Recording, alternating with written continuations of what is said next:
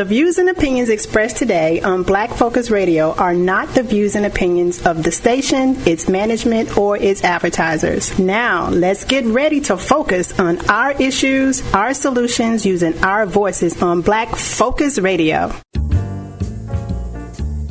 Welcome to Black Focus, the show designed with our community in mind, where we focus on our issues, developing our solutions, using our voices. Central Arkansas, surrounding areas, and the nation. Get ready. Black Focus starts right now. Phone lines open at 855-525-5683. So here's your host, David W. Coleman.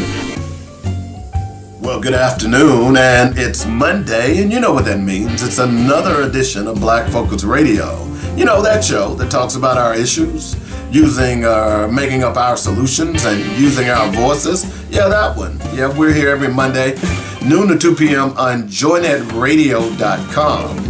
And I want to make sure you support our sponsors, joynetradio.com itself. Go out and talk to JC Love and ask him about some advertising. The holiday season is coming up.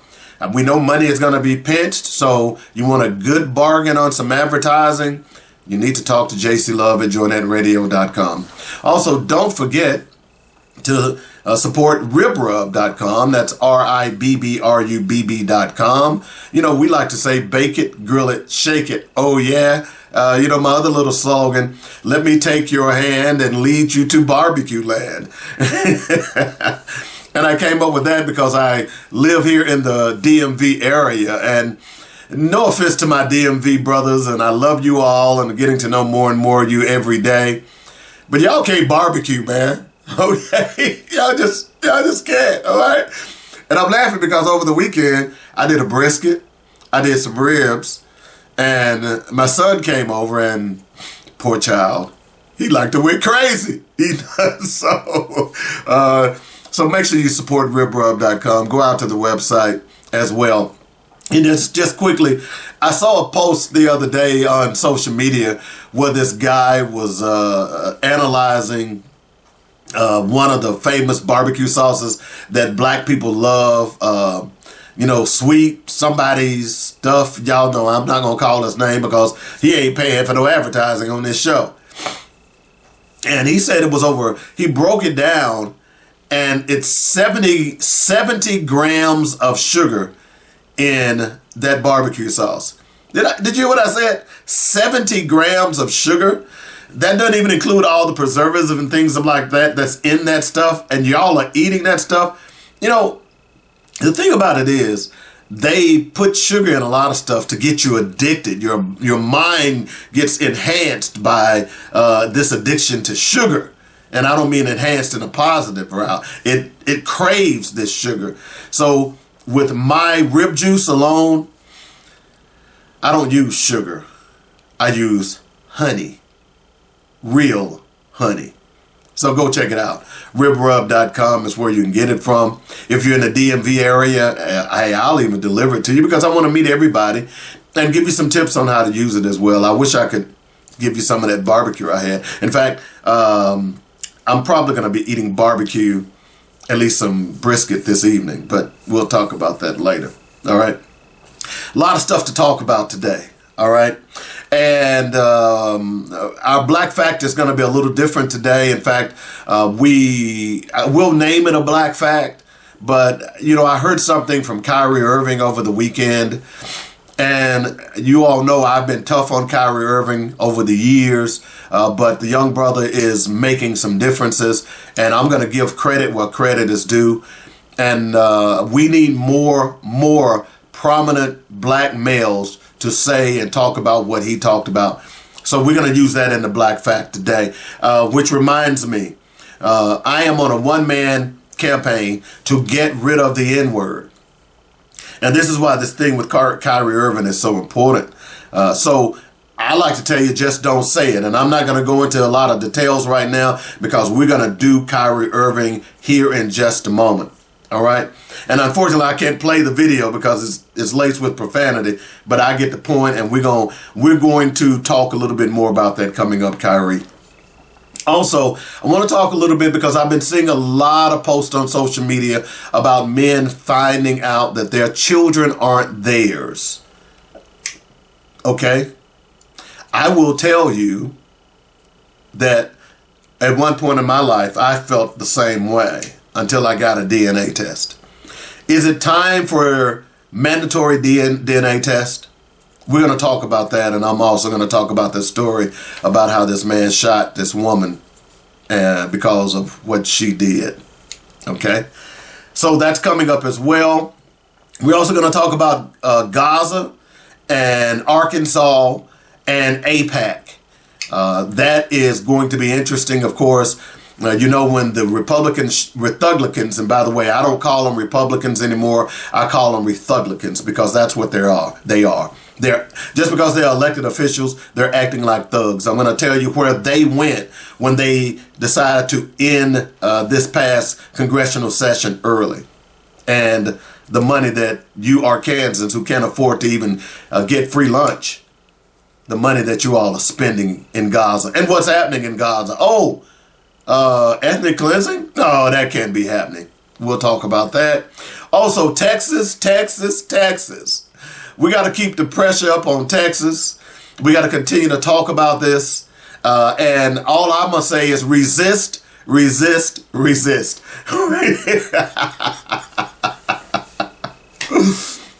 And of course, we got to talk about Epstein. This thing is not going away. Donald Trump and Epstein. The question is, if he was so damn innocent, why is he doing so many somersaults backwards to try to not talk about it and cover it up? If you're innocent, bro, if you're innocent, just release all the files. We'll talk about that as well. And last but not least is what we must do. And what we must do is going to comprise of a post that I made. Something came across my Facebook page, and I simply said, no, I will not attend. And I told them why. And some of the people got offended. Well, too bad. We're going to talk about that as well. A lot more coming up. It's called Black Focus Radio. Our issues, our solutions, our voices. Don't forget to go out to YouTube. Like, share, and subscribe. Tell a friend to tell a friend to tell a friend. Tell your mama, your daddy, your sister, your brother, your cousin, your auntie, your significant other, your side piece, everybody. We need to continue to build this show because we are one of the few shows that is speaking truth to power. And by the way, that reminds me, if you're out there and you disagree with some of the things that I say, I will invite you to come on the show to speak your piece. All right. Now, I'm going to check you. I'm not going to let you come on here and just rattle off stuff that is untrue because I have verifiable truth of things that I talk about. The question is, do you? Don't matter if you're white. Don't matter if you're black, Asian, Latino, Republican, demagogue, independent. I don't care. If you disagree with some of the things that I say and you want to debunk them, you're more than welcome. Just make sure you bring your facts. Okay? Speaking of which, Black Facts is coming at you right now. Dynamic Black Facts. Our culture, our history, our people. Okay, as I said, Black Facts was going to be a little different today. Usually in Black Facts, I give an interesting Black fact that you may or may not know. But something has been bothering me over the last few months because there has been an evolution of a phrase that has popped up on social media that I'm offended by. And if you listen to this show at any time, you know what that phrase is. I am in a one-man campaign right now to get rid of the N-word. All right. Let's see. 3 or 4 shows ago, I gave you the evolution of the N-word, where it came from, the negative connotations surrounding the N-word. And I want to get rid of it altogether, particularly we as black people. No, you can't get mad at other races for using that word if you use it yourself. Okay? Don't give me this mess about it's a term of endearment. How the hell can a word that has such a negative connotation and negative origin be a term of endearment simply because you are too ignorant to stop using it? It is not a term of endearment. It is a racist, bigoted word that should not be used by anyone, let alone black people. Don't care if you're mad at me. All right? I remember a few years ago when there was this organization, this black organization, who took the Confederate flag. All right? They took the Confederate flag and they decided that they were going to change its color.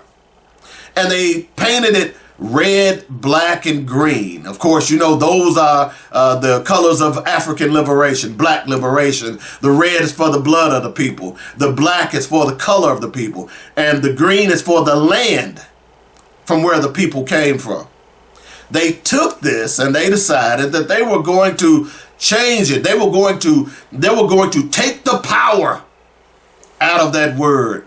It was probably the most ridiculous thing, I should say that flag. It was probably the most ridiculous thing that I had ever heard. The stars and bars represents what it represents, and that's bigotry and racism. And no matter how you change the colors, no matter how you paint it, it still represents bigotry and racism. So let's stop that stupidity. Period. End of story. It makes no sense whatsoever. And fortunately, that little movement was defeated.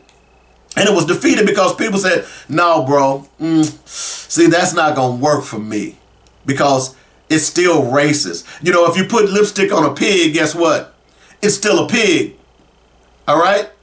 If you put mask on a KKK member, he's still a KKK member. So let's stop that stupidity.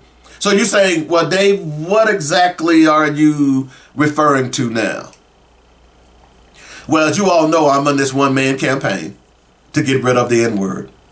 We need to stop using it. We need to stop referring to it, to ourselves and our friends as it. I personally don't use the word.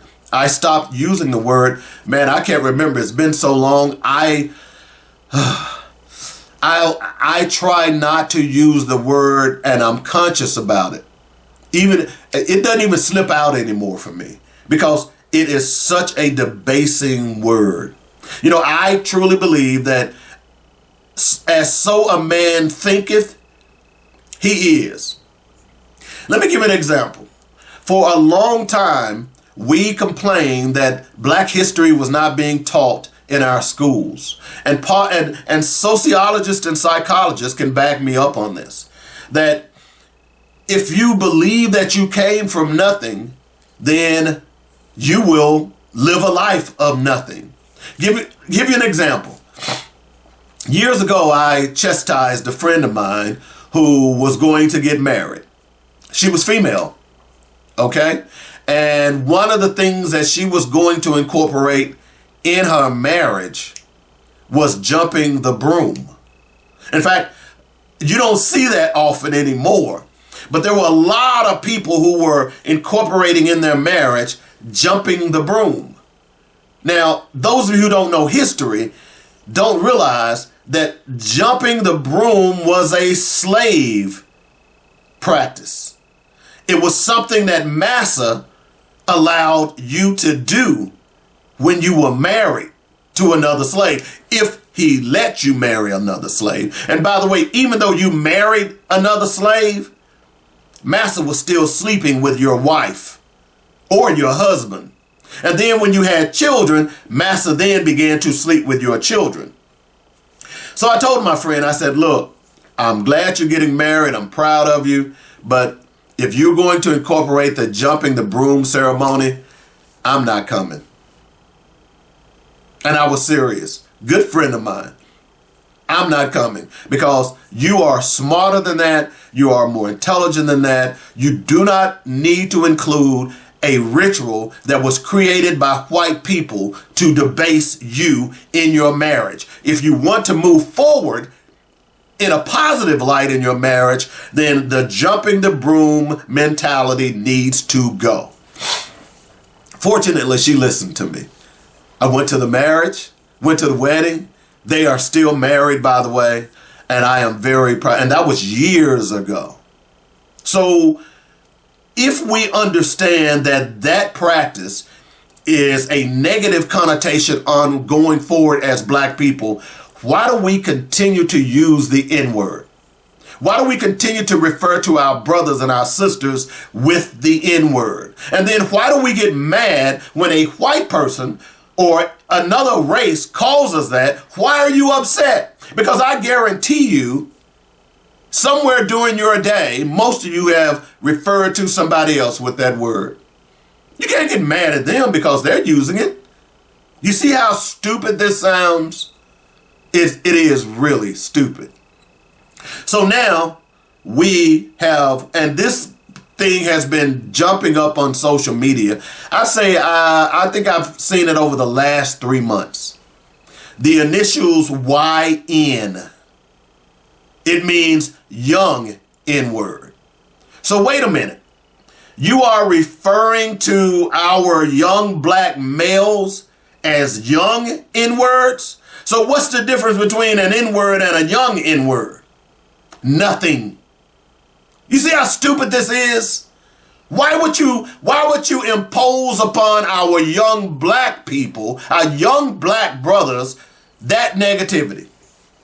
So Kyrie Erving posted something on social media, and I was going to play it, but it's laced with profanity. So because this is being broadcast on Joynet Radio, I couldn't take it out. So I'm just going to paraphrase. He's not for it. And I would hope that more and more people of celebritydom would start saying, hey, we need to stop this. You know, did it come from the gang culture? I don't know, but who thinks that the gang culture in the black community is a positive? Exactly. It isn't. All right. So look, let me tell you this. One of the things that I did for my children when they were growing up is that I refused to buy them things that had white images. I refused. I refused to buy them things that had white images. And early on, some of my people didn't understand. I remember someone telling me in my family, well, you need to buy them some images with white folks because they're living in a white world. Nah, Now, I didn't have my first child until I was 29. So by that time, I was pretty damn conscious. You know, my argument has been, and I wouldn't even dislike now, I'm already looking for Kwanzaa gifts for my granddaughter. I'm looking at things that has black images, black dolls. But back to the story. I bought my daughter books that had only black people in it. I adorned my house with images of blackness, with Africa, things of that nature. And I can only go by what I've done. But I today truly believe that the reason that my children are successful is because I made sure that they knew who they were, where they came from, the positive images that black people have created, the things that they've done over the years. I truly believe that success is because I made sure that they had positive black images in their lives. And if you talk to them today, you say, whoa, those are your children. And both of them, look, my daughter is 36. Shout out to Athena. Did you hear what I just said? Athena? Yeah. Shout out to Akili. Did you hear what I just said? Akili. Not only that I adorned their images, my house with images, but I named them African names. I wanted them to be proud of who they were. I remember my son, a teacher asked him, he was like 4, 5 years old. And the teacher asked him what his name stood for. You know, it bothers me when I see a lot of these people and they have these names that don't mean anything. They're made up. They have apostrophes in it. They're misspelled. They have multiple consonants. You know, it's just terrible. But a teacher asked my son when he was young, what does Akili Kari stand for? And I was told because I wasn't there, but he proudly stuck out his chest and said it means kingly understanding in Swahili. It was a 4-year-old telling a grown teacher about his name. That name follows him. That name makes him proud. That name helps him to be the person that he is today. Never in my household did I ever refer to him as a YN or a N. Just like I never referred to my daughter as a B. No, because I wanted to instill positive images in my children. And that's just not by pictures, but that's word, thought, and deed. And I like to think that I've been pretty darn successful in doing that. I really have. I'm proud of them. So when Kyrie Erving comes out, and I've got to give him, and you all know I've been really tough on Kyrie on some of the things that he's done. But I've also supported Kyrie because when he got banned from or at least suspended from the NBA because of the things that he said about the original Jews, no one understood that. I went on this show and supported him because he's right. The lies that have been told about Israel and the Jews is coloring our policy. And we're going to talk about that later on in the show. So for Kyrie to come out and say he is not for calling himself or anyone else YNs, I applaud you, Kyrie Erving. And I applaud anyone who understands that using that word is a negative connotation on you, yourself, your family, and your friends. And you need to stop it. More so than ever before. If we're going to change the dynamics of our culture, if we're going to change the dynamics of how we do things, then it begins with self. You have to believe in yourself first. You cannot believe in yourself if you're calling yourself the N-word, a word that was created by white slave owners. You cannot. You cannot believe. I don't care how you think you so bad. It's to the point now, some of these movies that I watch, I don't watch a lot of black movies anymore because it's laced with the N-word. I'm uncomfortable. And I know some of it. And look, I'm 64 years old. So I watched a lot of blaxploitation movies growing up. Shaft, Truck Turner, Shaft, Big Score, Cornbread Earl and Me. All of those movies were laced with the N-word. That was long before I realized what it was all about. Now it's hard pressed for me. I don't really like watching those movies. In fact, now when a black movie comes out, I'm reticent to even watch it because I know it's going to be laced with the N-word. And you might say, well, Dave, that's just reality. No, it's not reality. And here's the one thing that I know about life at this age, that you can change your reality. You do it every day. You grew up poor. Guess what? If you grew up poor, are you poor now? And to some extent, some of you all are because you still have that negative mentality about who you are, your origins. Part of the reason that history is so important is because you need to know that you came from kings and queens and not slaves.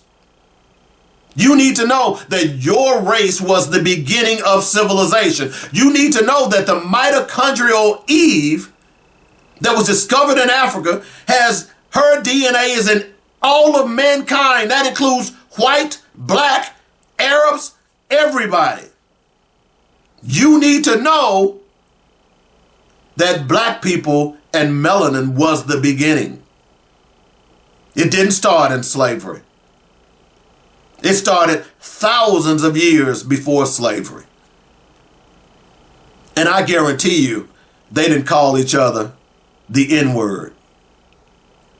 So I want to impress upon you today. And I thought it was important because I just stumbled upon this clip by Kyrie. And if you want to go out and listen to it, it is on my Facebook wall. And I want to, again, applaud Kyrie Erving for taking a stand. And I want more and more celebrities to say, hey, Kyrie is right.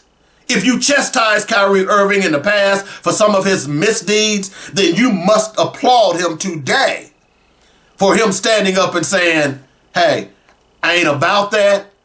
You shouldn't be about that. That's what I'm saying today is, as a man thinketh, so is he. And as I close this black fact today, think about it. Guys who are in the NFL believe that they could get to the NFL. Guys who are in the NBA believe that they could get to the NBA. Guys that are in the major leagues believe that they could get to the major leagues. Black people who are rich believe that they could become rich. Black people who have businesses believe that they could own their own businesses. Guy in Beaufort believed that he could be a black man to go to space. All of those black facts that I've given you over the years, they believed that they could do something. What I'm saying to you is, as a man thinketh, so is he. What do you think about yourself? It shouldn't be that you're an N-word. And you certainly shouldn't be putting that negative connotation on young black males every day. You should not be doing that. So please stop. Please stop. And on that note, that's our black fact for today. Keep listening to Black Focus Radio for more dynamic black facts, our culture, our history, our people on joynetradio.com. All right, coming up here after the break, we're going to talk a little father's rights. I will tell you that I am redoing my book. I'm really excited. And I say redoing it. What I'm doing is I'm putting it on books on tape, but it'll be audio. It'll be an audio book. And I'm excited about it.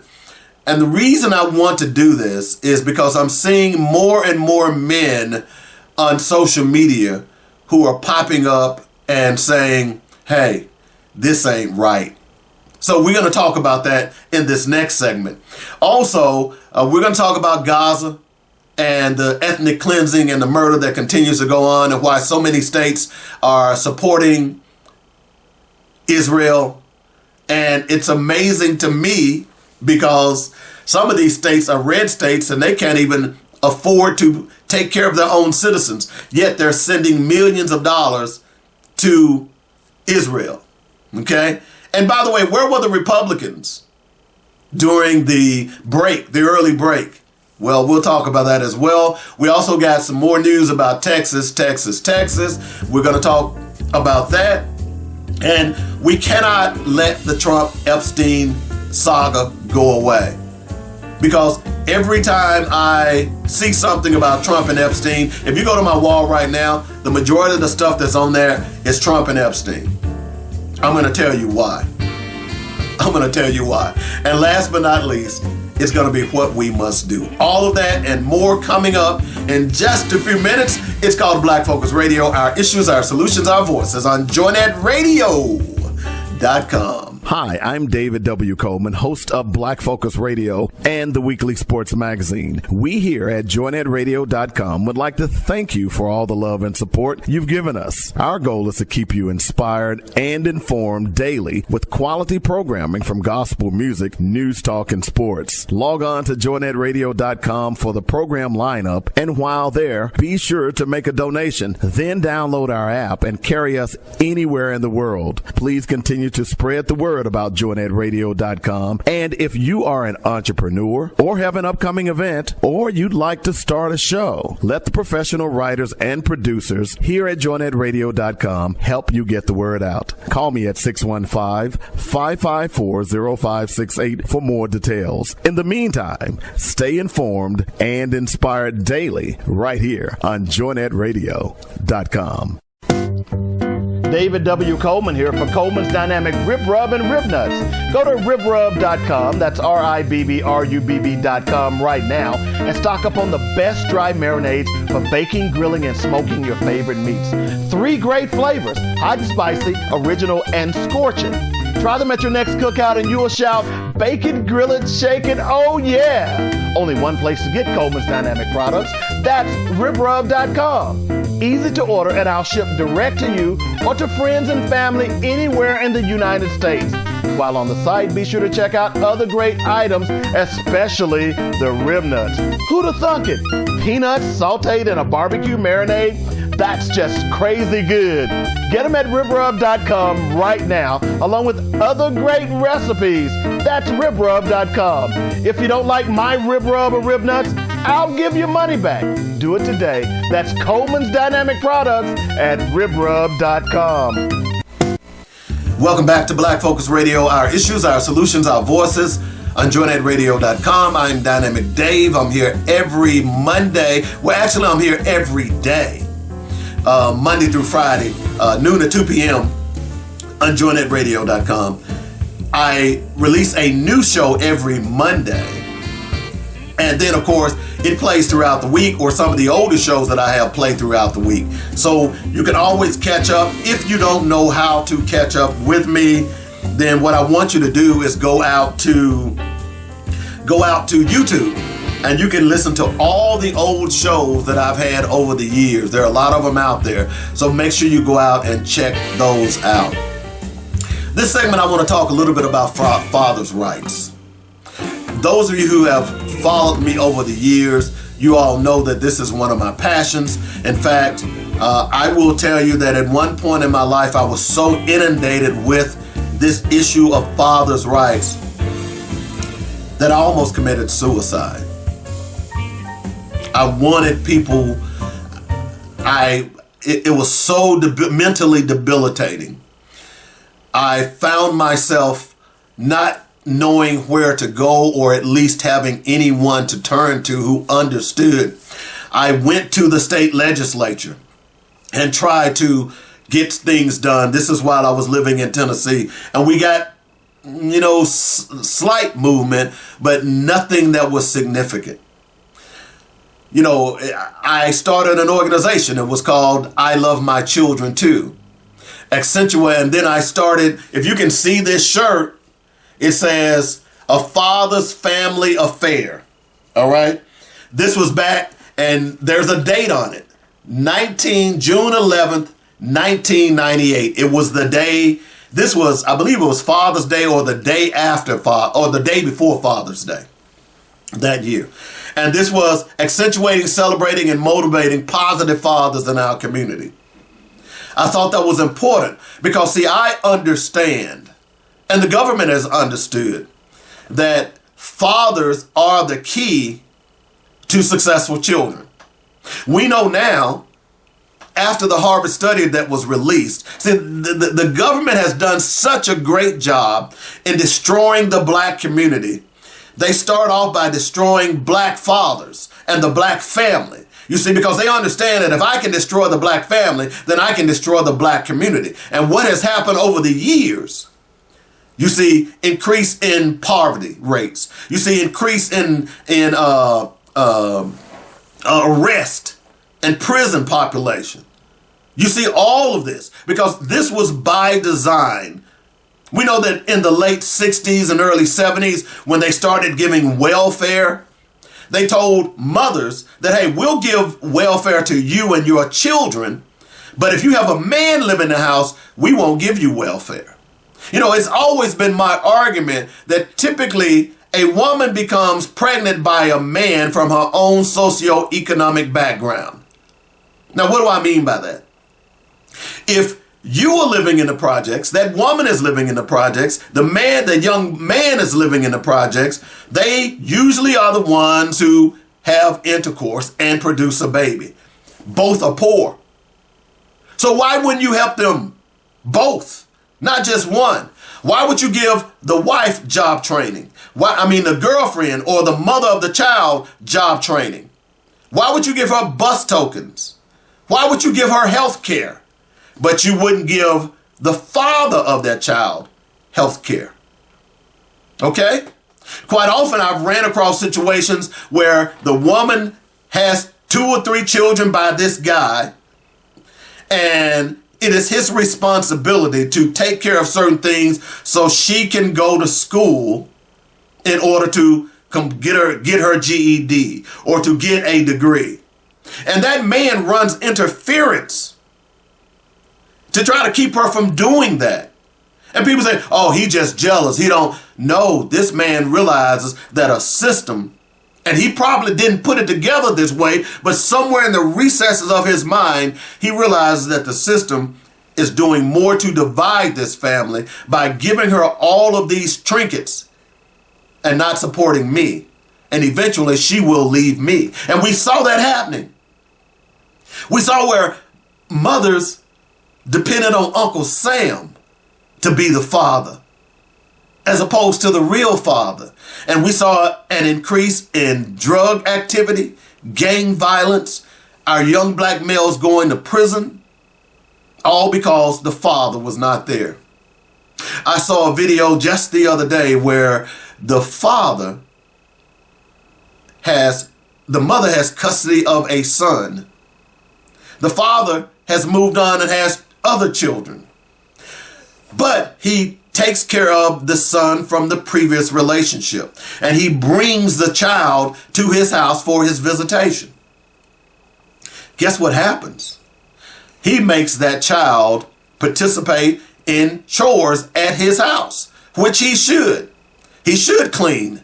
He should wash dishes. He should mow the lawn. He can't sit around and play on PlayStation and Xbox all day long, because his other children are doing those chores as well. He's getting disciplined. The mother was mad at him because the boy was calling the mother, but he wanted to come home. It wasn't that the dad was being mean to the boy. The dad was simply instilling discipline in the boy. Okay?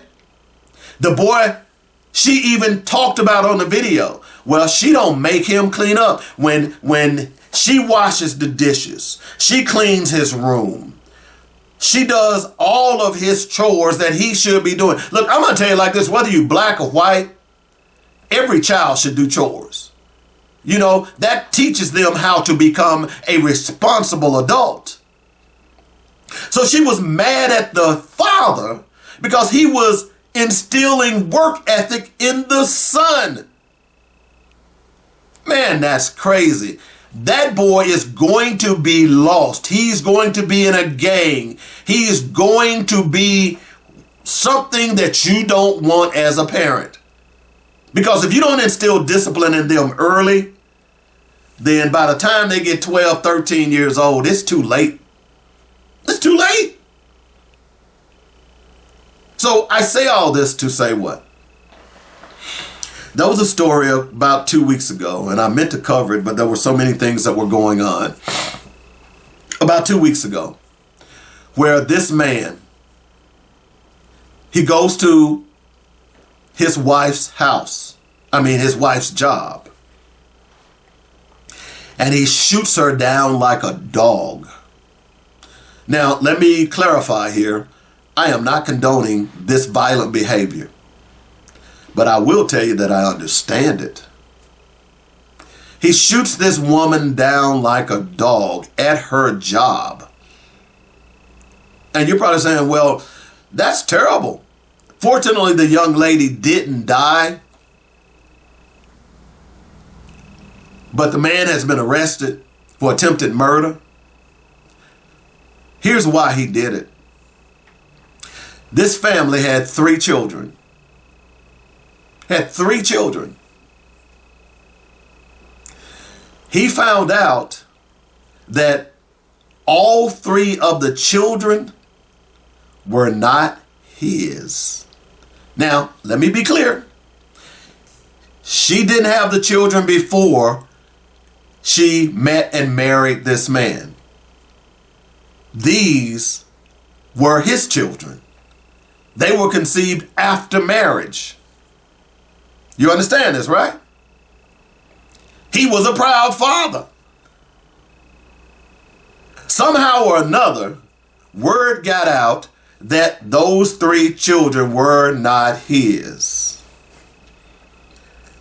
From what I understand, he conducted a DNA test. And by the way, you can't do a DNA test. You just need one parent. You swab the inside of your mouth. You swab the inside of their mouth. You send it off to a DNA testing center. They send it back to you and say, hey, you are 99.9% the father, or you have 0% that you are the father. This man got his results, and those children, neither one of the three were his. I can imagine this being as distraught as he was.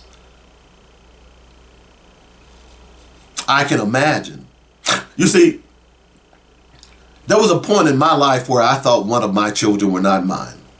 I'm not going to call their name. I lived with it for a long time. It ate me up on the inside till I finally decided to do a DNA test. And yes, that child is mine. The love that I had for him previously, or her previously, is still there. Just imagine you raising three children thinking that they are yours, and they're not. This man lost it. He went to the woman's job and he shot her. Tried to kill her. He was arrested, rightfully so. But this was a crime of passion. Now, why am I bringing this story up? Because it's important for us to understand. You all tend to believe, for whatever reasons, that men don't have feelings.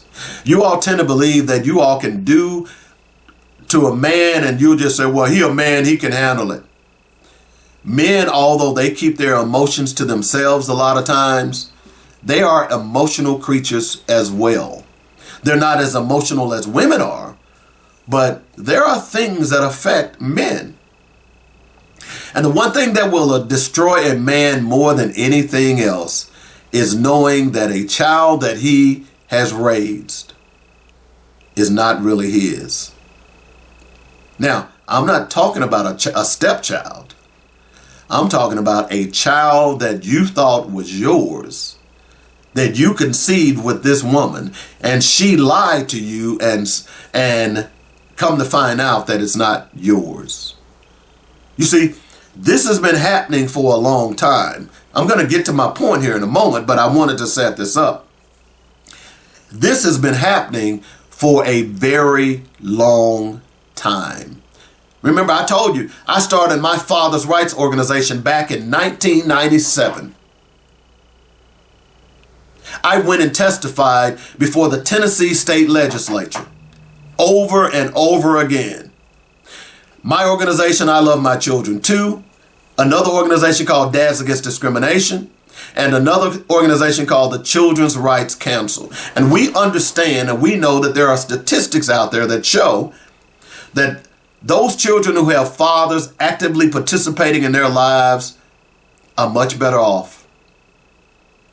If you're a Christian or whatever you call yourself, there's a reason why it takes two people, a man and a woman, to have a child.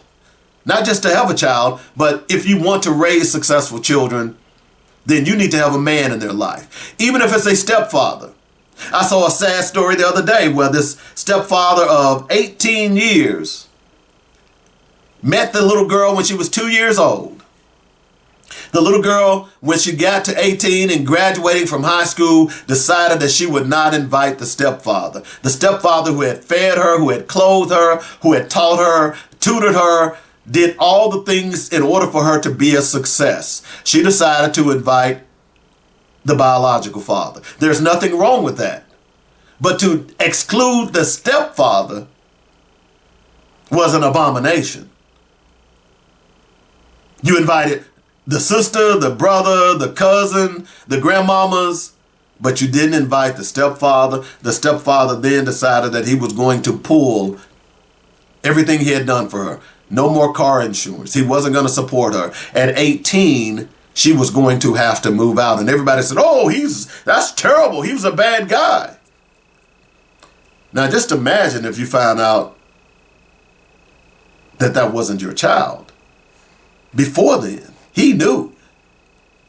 But there are a lot of men walking around not even knowing they're raising children that they're not, and not even knowing that those children aren't theirs. And spare me this stuff by a lot of these feminists out there that say, well, if you're a real man, you're going to raise them anyway. Give me that. I remember Judge Turner in Memphis.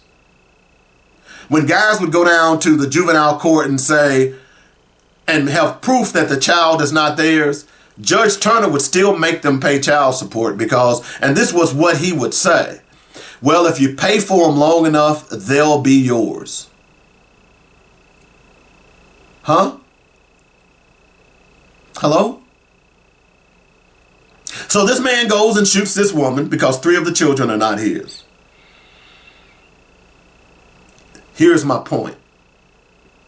It is long past due that you have mandatory DNA testing.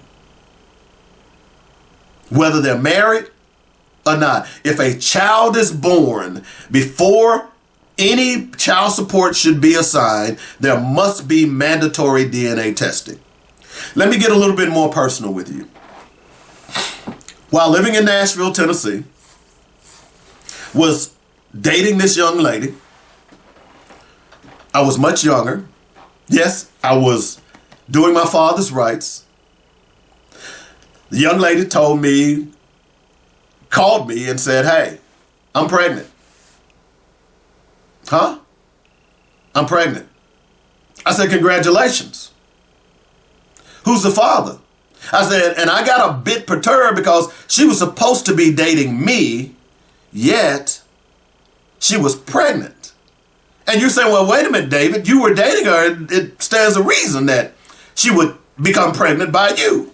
Oh, but see, remember, I was over a father's rights organization. And I protected myself. Not with the regular protection. I went the farthest step. I went to a doctor and had a vasectomy. Hello? And people say, whoa, those can come undone. So I went the extra step and I told the doctor that I want to make sure that this doesn't come undone. What procedure can you give me to make sure that it doesn't come undone? He said, well, we can clip the vein in 2 spaces and remove the vein. That way it cannot unheal itself and reattach because there will be nothing to attach. That's the procedure that I had. They clipped the vein on 2 ends, removed a piece out of it, and cauterized it on both ends. If you don't know what cauterization is, that's where they take heat and seal it. There was no way that this vein was going to become reattached again. The young lady swore up and down it was mine. She even went to an organization that I was working with at the time and said, oh, he says he's for father's rights and he won't even take care of his child. And I'm sitting there very quiet. By the way, had me served on my job. Sheriff came to my job, served me papers, had to go to court. Went to court. I told the judge at that point, I said, Your Honor, there's no way that this could be my child. In fact, I was so, let's just say I was so concerned about that because of a previous relationship. I knew, and even today, I can tell you every woman I've ever slept with. I can almost tell you the date or the day and the time that I slept with her.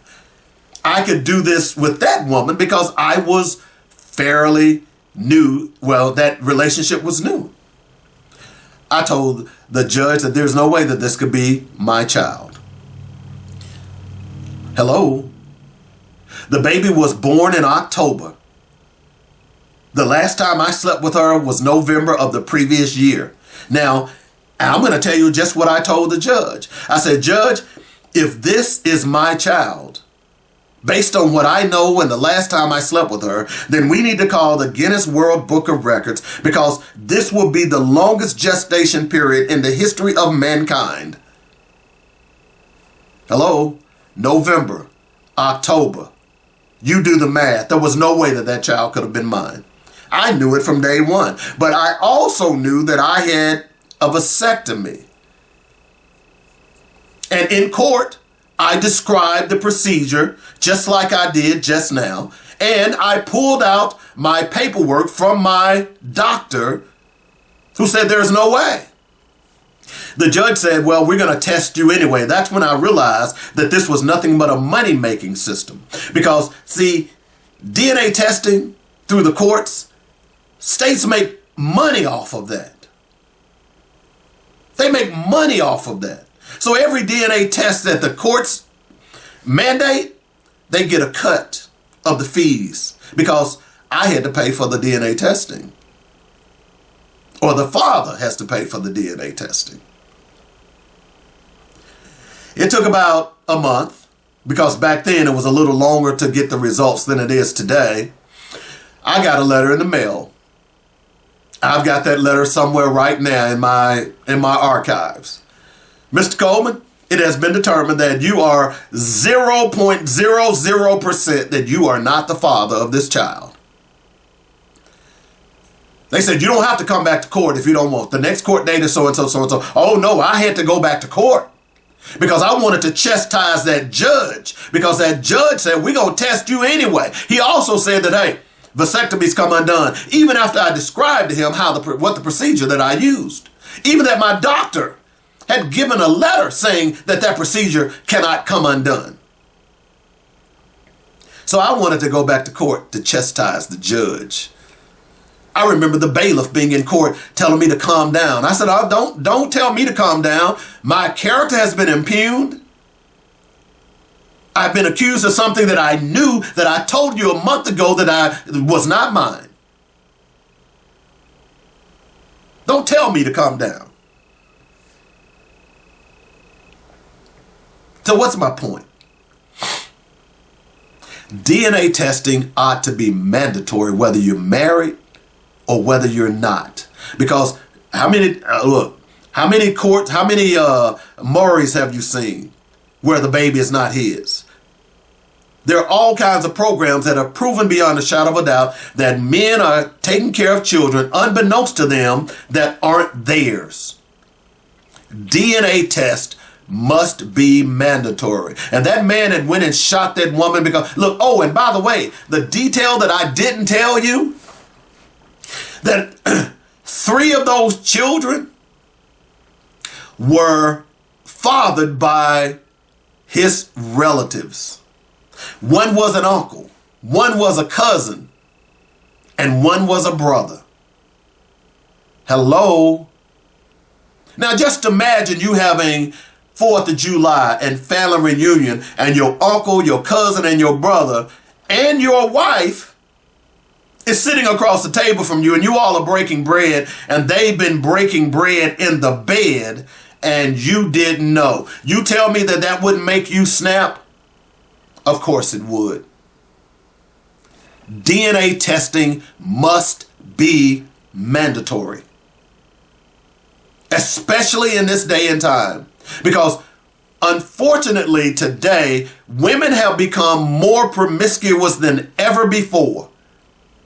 They think that they can go out and do what a man does. And unfortunately for them, they can become pregnant, just like a man can impregnate a woman. DNA testing must be mandatory. And you know what? I don't care if you're mad at me, because I'm telling the truth. And if you're mad at me, you might be one of those people who is deceiving your spouse. Hello? And I applaud all of the fathers' rights organizations who are now beginning to pop up on social media who is making this an issue. If you tell me that the courts are fair, then let's be fair. If you tell me the courts are just, then let's make sure that the information that the courts are getting is just. And in this day and time, all it takes is a swab with a Q-tip. It takes about a week before you get the results back. DNA testing must be mandatory before any child support is awarded, any court hearing is proceeded. It must be mandatory. And on that note, let's take a break. When we come back, we got to talk a little bit about Gaza. Back in a moment. It's called Black Focus Radio. Our issues, our solutions, our voices. On joynetradio.com. Barbecue season is here and you're still using that 99-cent goop full of chemical derivatives and high fructose corn syrup for your sauce? Stop, please. Get to ribrub.com now and save your next cookout with an array of all natural rubs and sauces. Start with the Dynamic Rib Dust for seasoning and the Dynamic Rib Rub for flavor, and top off your grilled or smoked masterpiece with Dynamic Rib Juice. Don't forget the Dynamic Pepper Juice for just the right kick for those chicken wings. One other thing, you've got to try the delectably delicious Dynamic Rib Nuts. Can't decide? Order a Dynamic gift box and satisfy all of your cravings. Come on, give me your hand and let me take you to barbecue land at ribrub.com. That's RIBBRUBB.com, and we'll show you how to bake it, grill it, smoke it, oh yeah. Welcome back to Black Focus Radio. Our issues, our solutions, our voices. 855-525-5683 is the number. That's how you get in touch with me. If you'd like to join the show, this segment, we want to talk a little bit about Gaza. Those of you who don't know what Gaza is or where Gaza is, it is a strip of about 26 miles. And this is where the Israeli government is bombing and killing innocent women and children.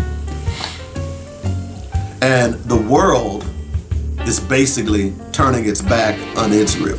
Finally, it's long overdue. By the way, it's not their land. It never has been. We've talked about this before. All you got to do is go back and look at a map pre-1947 of that area. I will give you $1 million. I will work for you for free if you can find any map pre-1947 that says Israel. You know why you won't find one? Because it's not there.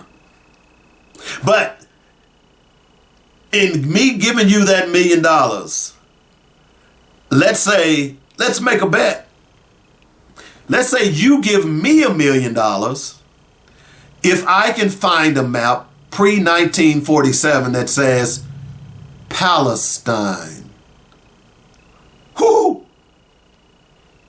Now, the point is that there is not a map that says Israel, but there are plenty of world maps that says Palestine. Okay? If the Israel that we know today was set up by colonization, by the colonizers. The Israelis who are there came from Ashkenaz, which is in northern Europe or northern Asia. The people that are there today are not the people that were originally in Palestine, because we know the original Jews were black. They are called Falashas. If you doubt that, go read The Valley of the Dry Bones by Dr. Rudolph Windsor. In fact, that book has pictures of the original Ethiopian Jews. We know that Israel tried to incorporate some of the Ethiopian Jews into their now Israeli settlement. And we also know that the Israeli government, under the guise of inoculation and vaccinations, They actually were given the black women, because those women from Ethiopia who are original Jews were black in color. They were just as black as I am. They were also giving them Depo-Provera. They were saying that it was for immunization purposes, when in fact they were trying to keep them from having babies in Israel. Hello? Hello? Y'all hear me yet? I remember back in what was it? It was about 87 when this started, when they started getting the Israelis or the Ethiopian Jews to come to Israel. And I was doing a show at WHBQ in Memphis, Tennessee. I was doing the Oliver C. Reed show. And there was a little old white woman, and in the paper, in the commercial appeal, there was a picture of a black Jew dressed in military garb. You know, if you are part of Israel, it is mandatory that you serve in the IDF. And this little old white lady called the show and asked Oliver, who was a white conservative, who was borderline racist, asked a white conservative, what is that black man doing in Israel with the IDF? And at the time, Oliver C. Reed, who has passed on, didn't even know for himself. I had to tell Oliver off the air that that's a fallacia. Okay? So many people don't even know that the original Jews were black. So what is going on now? Israel, just this past week, because we know they have been doing ethnic cleansing. We know that they have been practicing genocide. That is the reason that so many, Canada, Great Britain, France, are now recognizing the PLO or Palestine as its own separate state. Israel and the United States are the only countries that do not want a two-state solution in Gaza. Israel wants all or nothing. Israel wants to completely get rid of those people. Israel wants to kill all of those people. And everybody wants to go back to October 7th of 23 and say, oh, this is what Hamas did. Oh, Hamas attacked all of those Israeli citizens. That wasn't the PLO. That wasn't the Palestinians. That was Hamas. And part of the reason Hamas did it is because what Israel has been doing to the Palestinians or their Arab brethren for 60, 70, 80 years. Nobody wants to talk about that. As a matter of fact, remember when the Republican Party decided that they were going to close Congress a week early because they didn't want to vote on the Epstein files being released? Do you know where the majority of them went? They went to Israel. In fact, there's a picture floating around on social media right now where there are about 20, 30 Republicans in Israel sitting behind Benjamin Netanyahu, is a criminal himself. Part of the reason that he and Donald Trump get along so well, because both are criminals. Many believe that the reason Benjamin Netanyahu refuses to end the war in Gaza is because once it's over, he's going to lose power and he's going to jail. Hello? So what is Israel doing? Just this past week, they said that they're going to take over all of Gaza. So what does that mean? That means that those people who are, and see, here's what they want. And I'm proud of those Arab nations like Egypt and many others, Saudi Arabia, United Arab Emirates, and all of those others who have refused to take the Palestinians. It's not, and people are saying, people that are pro-Jewish are saying, well, if they're your brothers, you should take them in. No. Their country is Palestine, that which you call Israel. Why would we take somebody in from their country to our country that they already have a country, because you Zionists want to keep them from being free. And you're killing them left and right. We've talked about the bombings that you've done. We've talked about the snipering that you've done. You're killing children, women. Many in the world have decided that this is genocide. It is happening before our eyes. And you all don't realize it. But you know what's happening? People are becoming more and more aware. I told you all a while back, the biggest mistake the world made was creating the internet. Because see, the internet, or I like to call it the interweb, the internet, although there's a lot of mess on there, if you're really serious about doing research and finding out some things, it's all on the interweb. People are sharing pictures. By the way, Israel has had a blockout of media. They don't want independent media inside of Israel. Hello? They want us to believe what they're saying. They say, oh, well, we can't give them food because Hamas is stealing the food. I don't believe you. I don't believe you. If you're telling me that what Hamas did on October 7th was an abomination, which it was, then what you're doing is even worse. You can't bomb a building because you think there are Hamas people in there and kill all the other people in that building and say, hey, we know that Hamas was using it as a hideout. Huh? But what about all those women and children that were in there? That was okay? Remember the My Lai massacre back in during the Vietnam War? And how those American soldiers went into that town and killed all of those women and children. And many of those people, all those soldiers were arrested and put on trial and sent to prison. Y'all remember that? Israel is doing the very same thing right now. And we've got politicians in America who is condoning it. We've got politicians so ignorant, thinking that Israel is what the Bible is talking about. The Israel today has nothing to do with what's in the Bible. Do your research, Ted Cruz. We've got states who can't afford to feed their own people, who have taken health care, who has taken free lunch, who has shut down public schools, who have shut down Medicaid and Medicare. We have states that are poor, who are sending or at least buying bonds for Israel, spending millions of dollars. One of those states is my home state, Arkansas. They've already spent $50 million to purchase bonds for Israel. Their goal is to spend at least 150 more. Ted Cruz wants Texas to spend $250 million to Israel. Why would we do that?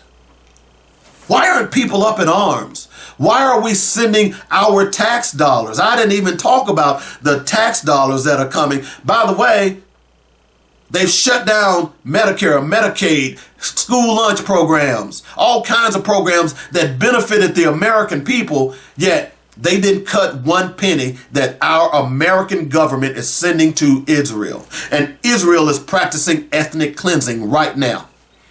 Israel is practicing genocide right now. Hello? And I would tell you that a lot of Jewish people in America don't agree with what Israel is doing in Gaza. What is going on here, folks? Have we lost our damn minds? Are you so ignorant to what's going on in the world that you cannot understand that our tax dollars are being used to wipe out a race of people? That's what genocide is. Genocide is a total destruction of a race of people. And Israel has openly said that's what they want to do. That's why they're trying to take over Gaza. And so we're going to wait and see if a legitimate organization could come in and run Gaza. That's why we're doing it. So you don't want the Palestinians to run Gaza, which is their land. You want to bring someone in to shepherd over them. Hello. You don't understand that the reason Hamas is there, the reason Hezbollah is there, is because of your actions against those people. Hello? The reason Yasser Arafat was partnering with some of those organizations is because you, Israel, was killing his people. Hello? This is an abomination. This needs to be stopped. And I'm going to continue to talk about it. And I'm glad that more and more nations and more people are talking about it as well. Because America, history is not going to be kind to America when it looks at its foreign policy as it relates to Israel and the Gaza Strip. It's not going to be kind. And you as an American is going to be part of that history. People are going to ask you, Mama, Daddy, what did you do to stop the genocide that's going on in Gaza? People are going to ask you that question. What answer will you have? We're going to take the top of the hour break. It's called Black Focus Radio. Our issues, our solutions, our voices on joynetradio.com. Hi, I'm David W. Coleman, host of Black Focus Radio and the weekly sports magazine. We here at joynetradio.com would like to thank you for all the love and support you've given us. Our goal is to keep you inspired and informed daily with quality programming from gospel music, news, talk, and sports. Log on to joynetradio.com for the program lineup, and while there, be sure to make a donation. Then download our app and carry us anywhere in the world. Please continue to spread the word about joynetradio.com. And if you are an entrepreneur or have an upcoming event or you'd like to start a show, let the professional writers and producers here at joynetradio.com help you get the word out. Call me at 615-554-0568 for more details. In the meantime, stay informed and inspired daily right here on joynetradio.com. The views and opinions expressed today on Black Focus Radio are not the views and opinions of the station, its management, or its advertisers. Now, let's get ready to focus on our issues, our solutions, using our voices on Black Focus Radio. Welcome to Black Focus, the show designed with our community in mind, where we focus on our issues, developing our solutions, using our voices. Central Arkansas, surrounding areas, and the nation. Get ready. Black Focus starts right now. Phone lines open at 855-525-5683. So here's your host, David W. Coleman. Radio, our issues, our solutions, our voices. This is the second hour of the show. Appreciate everybody joining me. Don't forget to like, share, and subscribe. Go out to YouTube, like, share, and subscribe. Tell a friend to tell a friend to tell a friend, a cousin, mama, brother, all them folks. Hey, I need y'all subscriptions. No ifs, ands, or buts about it. If you enjoy this programming and me bringing you the facts the way they need to be given to you, unabated, unsanitized, unanesthetized, just straight facts, as I like to stay straight dope, brother, then please go out and support it. I also support our sponsors, joynetradio.com and ribrub.com. And don't forget that we are in the middle of a one-man campaign to get rid of the N-word. Make sure you go back and listen to the first hour of the show, the black fact about why this is so important. There's no reason why we should be referring to each other with the N-word. I saw a guy the other day and was talking to him, and he called me my N-word. I looked at him, I said, look, my brother, I'm going to tell you like this. If we're going to continue this conversation, do not refer to me as the N-word. Who do you think you are? You think you better than me? I said, yeah, I am, because, see, you refer to yourself as that. I'm not.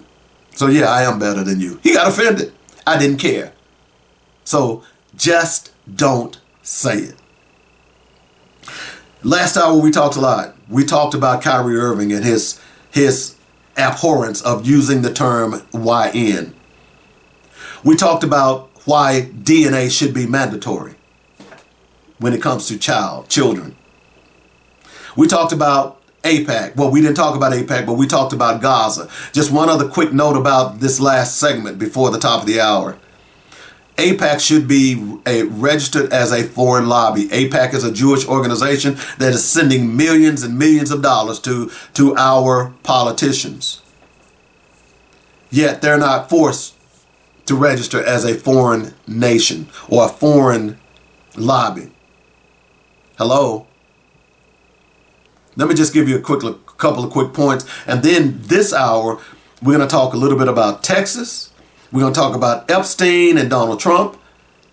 And then we're going to talk about what we must do and why I rejected participating in an Asian fest. All right? Why AIPAC must register under FARA, exposing Israel's influence in Washington. For decades, the American-Israeli Public Affairs Committee has served as Israel's unofficial arm in Washington, shaping U.S. policy to favor Israeli interests while avoiding the transparency required by the Foreign Agents Registration Act. The evasion hides AIPAC's role as a foreign proxy to undermine American democracy. What is FARA?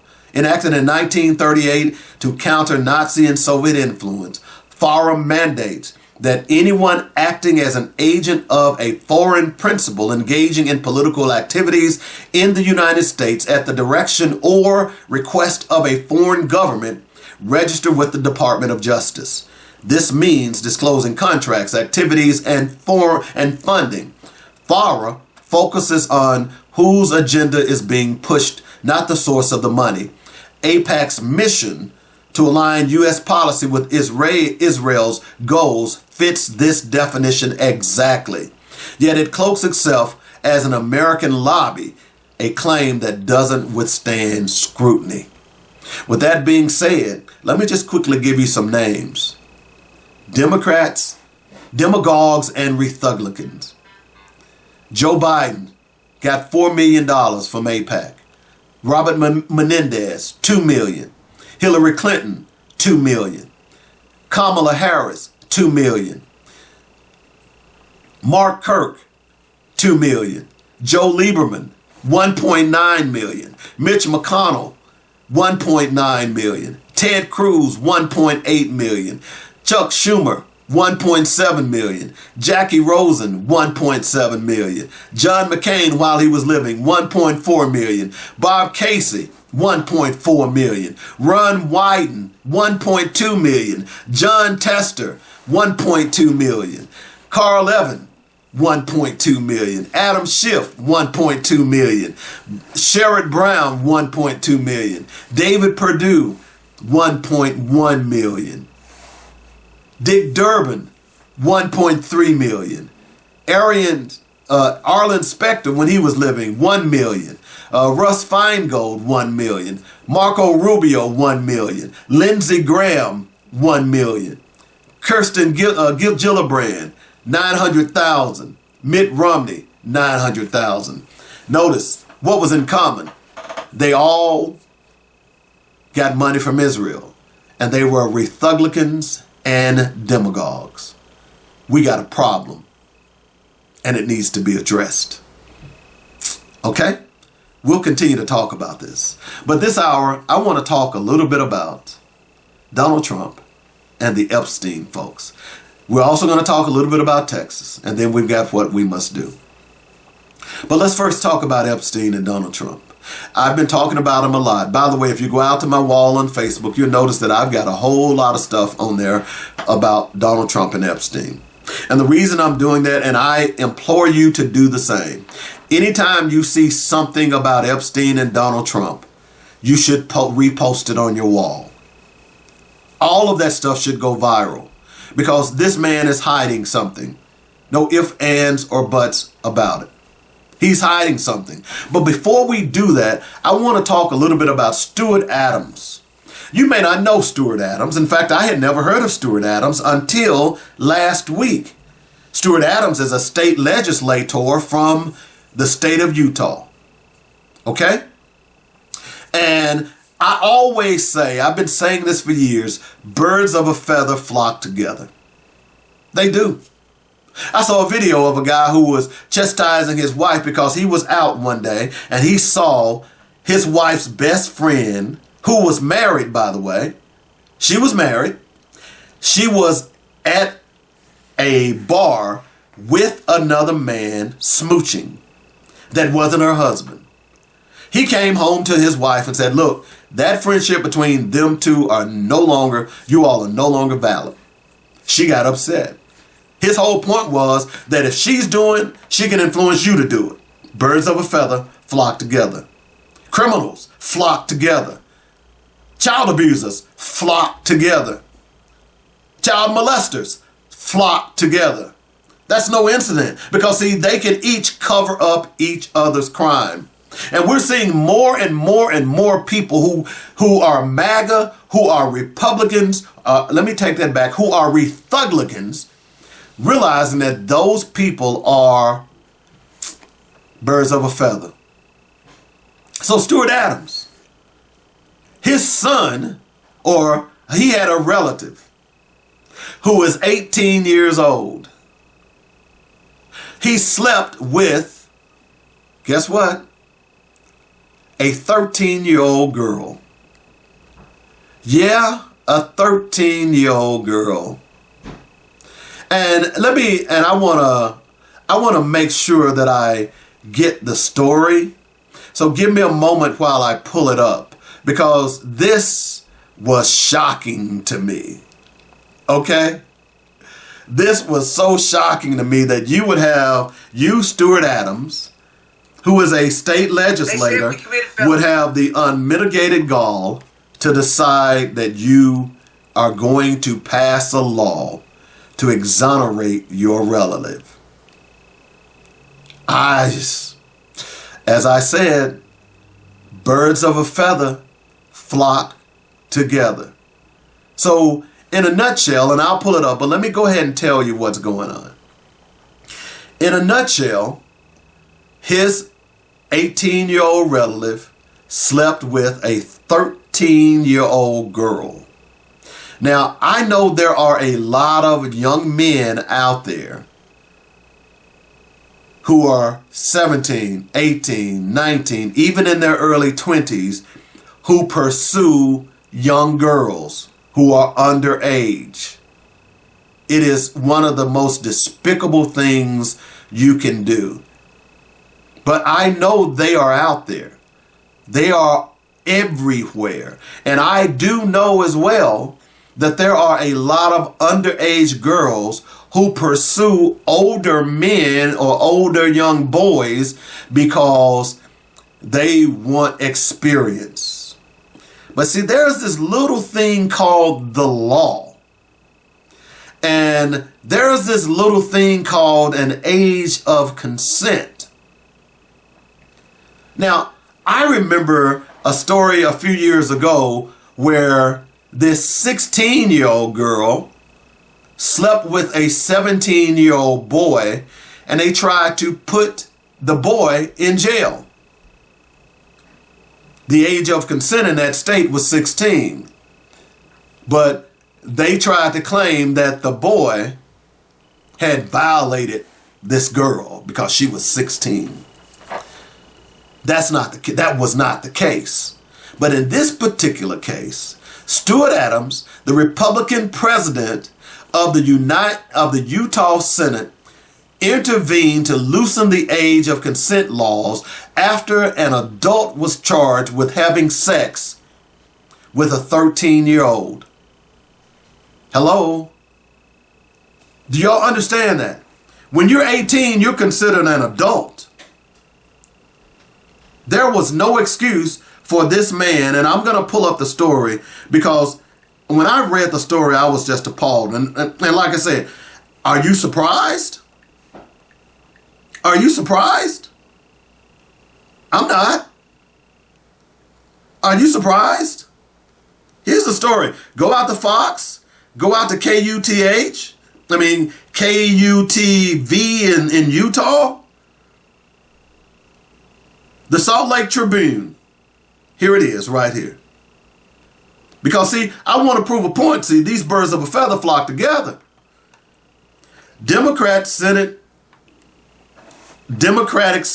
State Senator Nate Bluin is calling the Utah Senate President J. Stewart Adams to resign after the State of Utah Tribune first reported that Adams had initiated a change to the Utah law that helped an 18-year-old relative who was charged with child rape receive a more lenient sentence. Now, let me tell you something. An 18-year-old versus a 13-year-old. That 18-year-old is much more influenced, and although he's 18, and by the way, if it was a she sleeping with an 18-year-old boy, the same thing should apply. Senate President Stewart Adams must do the right thing and resign. The rule of law should not be subject to change simply because of who you know. Okay? In other words, this man initiated a change in the law to keep his 18-year-old son, a relative, from going to jail. Last year, an 18-year-old Utahan was staring at a potential of years in prison, accusing of having sex with a 13-year-old. Plea bargain negotiations were at an impasse. Okay?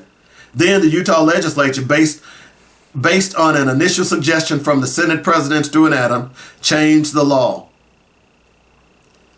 2 months later, prosecutors offered the 18-year-old who is related to Adams a plea deal. The teen would plead guilty to reduced charges, face no additional jail time beyond a week already served, and would not have to register as a sex offender.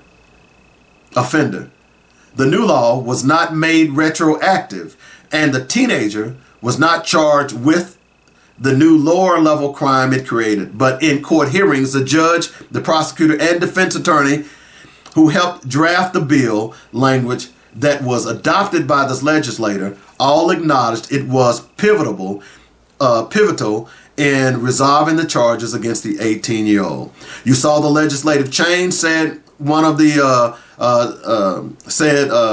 Judge Rita Cornish. We all agree that's not retroactive, but the government did change their offer based on that. The change in the law, a new option for prosecutors in narrow circumstances, specifically in cases that involve 13-year-old victims. 17-year-olds who have sex with 13-year-olds face a third-degree felony charge in unlawful sexual activity. The new law now allows prosecutors to file the same charge against an 18-year-old if they were enrolled in high school. Previously, as adults, 18-year-old high school students who had sex with 13-year-olds could face a charge of child rape and a first-degree felony. A conviction on that charge generally requires registration as a sex offender, while a conviction on the newly created lesser charge does not.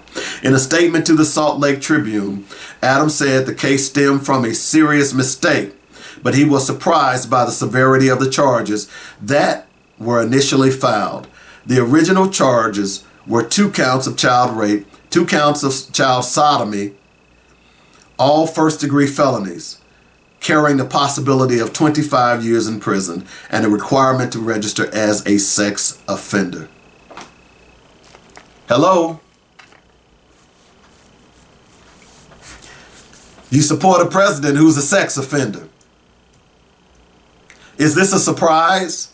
And by the way, what about the victim here? This young girl, her life will never be the same. Hello? Hello? The mother of the junior high school victim said in an interview with the Tribune that she was shocked to learn about the change in the law. It was out of nowhere, she said. I felt like I was punched in the gut. She believes her child was an afterthought in both the legislative debate and the handling of the case. I feel like a law is a law regardless of who you are. That's the mother of the victim. Hello? This is ridiculous. But here's my point. When you look at all of the Epstein things and now there's a reason why these files are not coming out.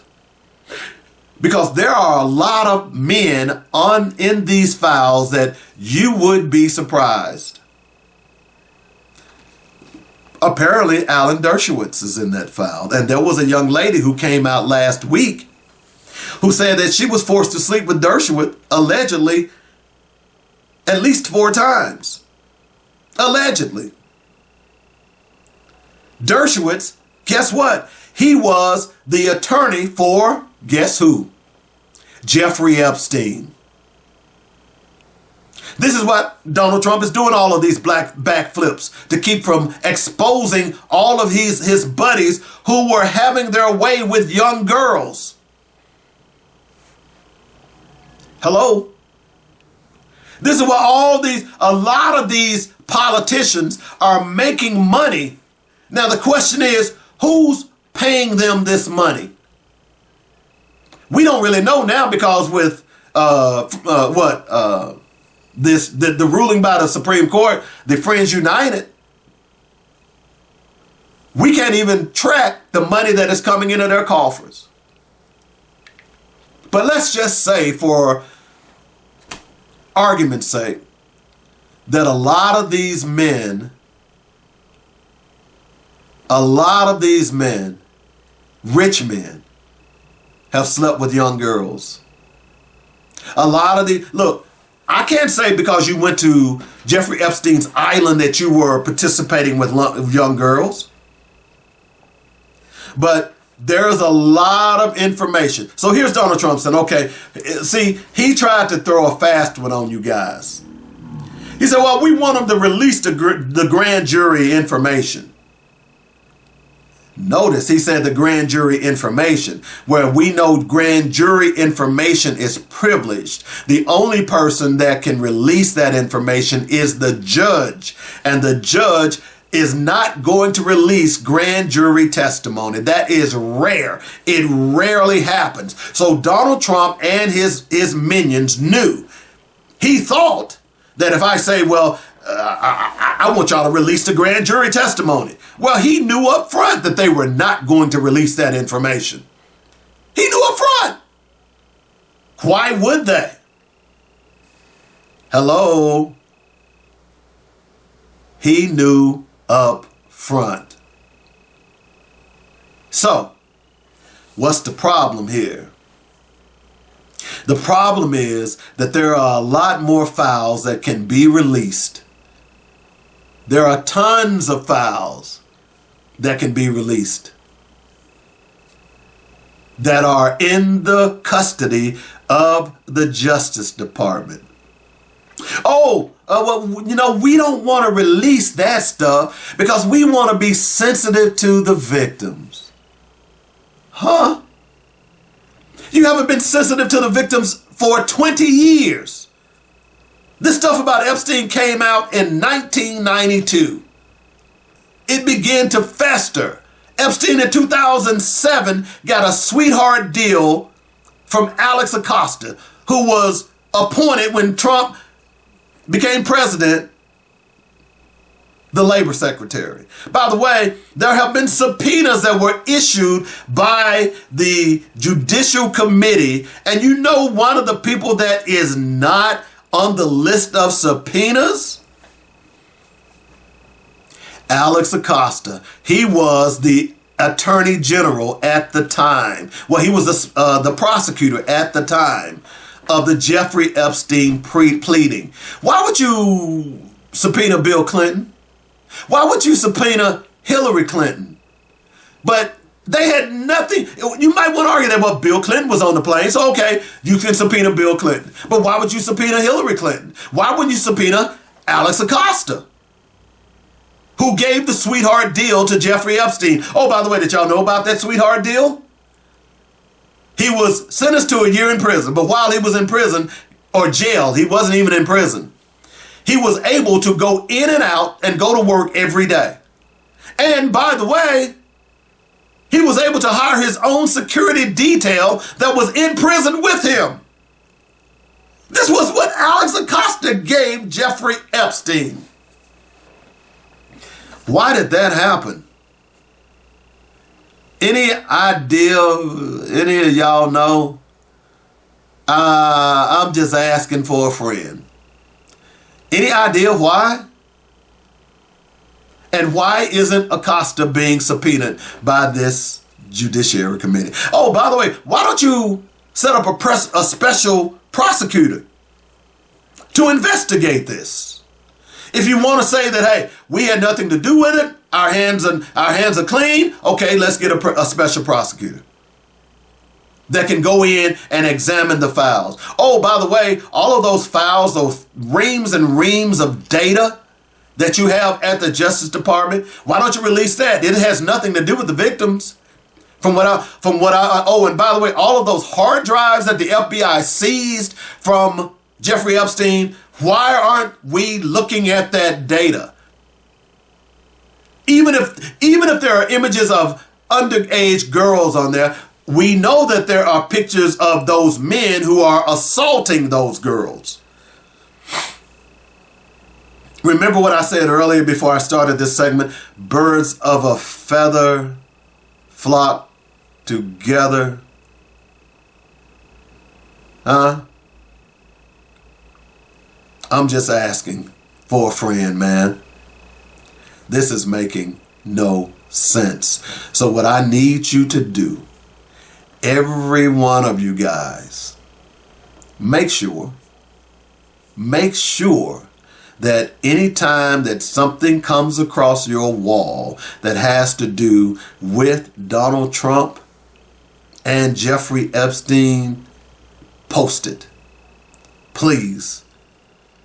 There's something more to this than we really know.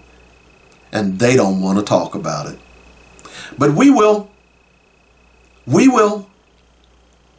Because these young women need justice.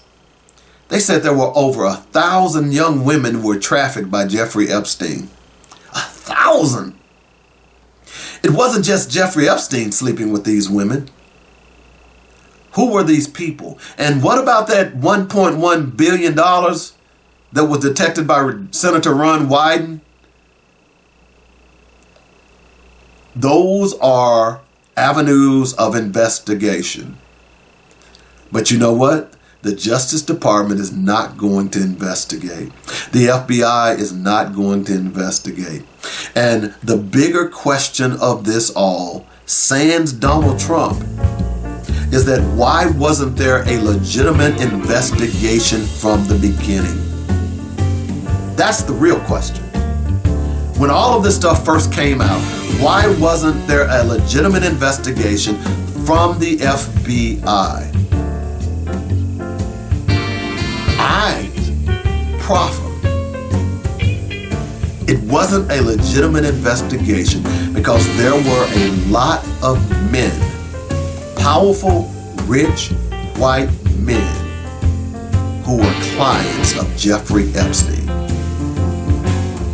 Just remember that. Okay? Just remember that. Let's take a break. When we come back, I want to talk a little bit about Texas, and then we will do what we must do and wrap this whole thing up with a bow. It's called Black Focus Radio, our issues, our solutions, our voices, on joynetradio.com.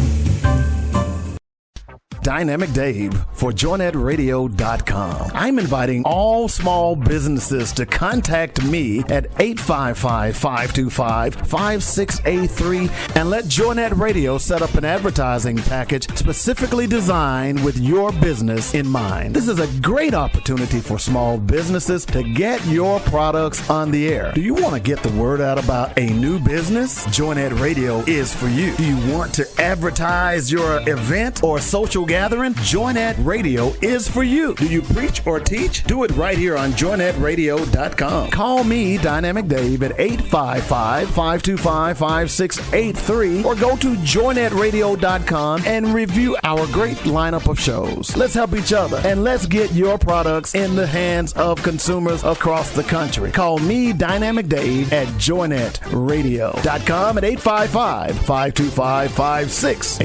I'll talk to you soon. Coleman's Dynamic Products would like to thank you for all the support you've given us over the years. Our growth could not have happened without your purchases and word of mouth to your friends and family. That says you believe and trust us to provide Coleman's Dynamic Products with no fillers and all natural ingredients. We began with our flagship product, Rib Rub, and now it has expanded into snacks, seasonings, salts, rib juice, and pepper juice. We could not have done it without you. I'm David W. Coleman, founder and president, and I want to personally thank you for the encouraging words and support. Coleman's Dynamic Products will continue to be the best dry marinades, seasonings, and sauces you've ever put in your mouth. That's ribrub.com, RIBBRUBB. And you know what we like to say, bake it, grill it, smoke it. Oh, yeah.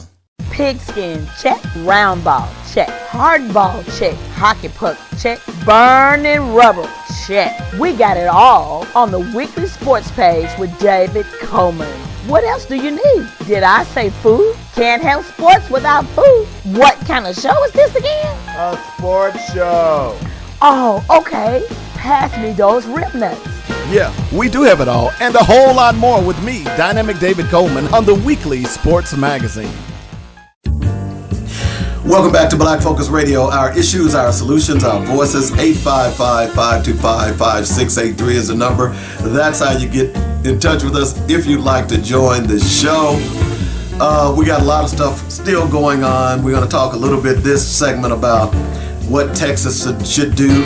I should say the Texas Democrats should do. And I'm going to tell you right off the bat, it's 3 words. Resist, resist, resist. What I found out yesterday, or this past weekend, is that if they can hold out for 10 more days, the special session will be over. And then, guess what? The Texas legislature will have to start this process from scratch all over again. That's not what they want, okay? So they're throwing out all of this stuff to try to get these Texas Democrats to come back, and they're not. And I applaud the Democratic governors who are hosting these various legislators in their states. I applaud what Gavin Newsom is saying. I applaud what Kathy Hochul is saying, the governor of New York, the governor of California, J.B. Pritzker, the governor of Illinois. Because see, what the Republicans didn't realize, they didn't think about the fact that the Republican governors would do the same thing. The Democratic governors would do the same thing. Some of the Republicans who have seats in California, New York, and other Democratic-led states, they're going now to Texas and, hey, whoa, wait a minute. If y'all do that, we potentially could lose our seats in our states. We don't want you to do that. Well, let it rain, let it rain, let it rain. It's far past time that Democrats stand up and stop allowing Republicans to run roughshod over them. They've been allowing it to happen for years, and it's time that they stop.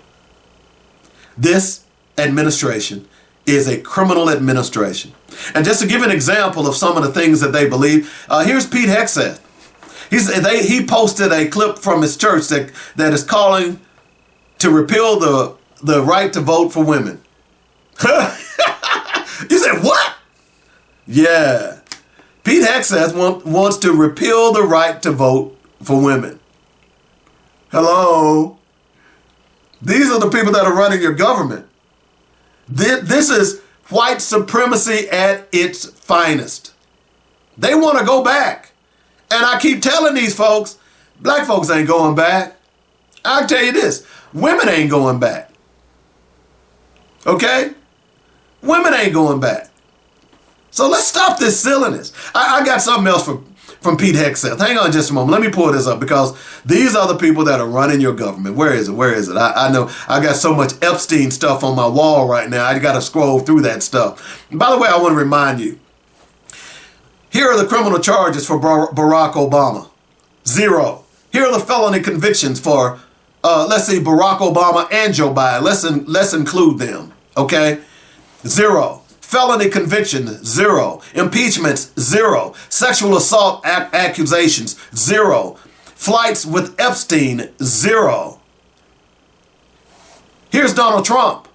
Criminal charges, 91. Felony convictions, 34. Impeachments, 2. Sexual assault accusations, 26. Flights with Epstein that we know of, at least 7.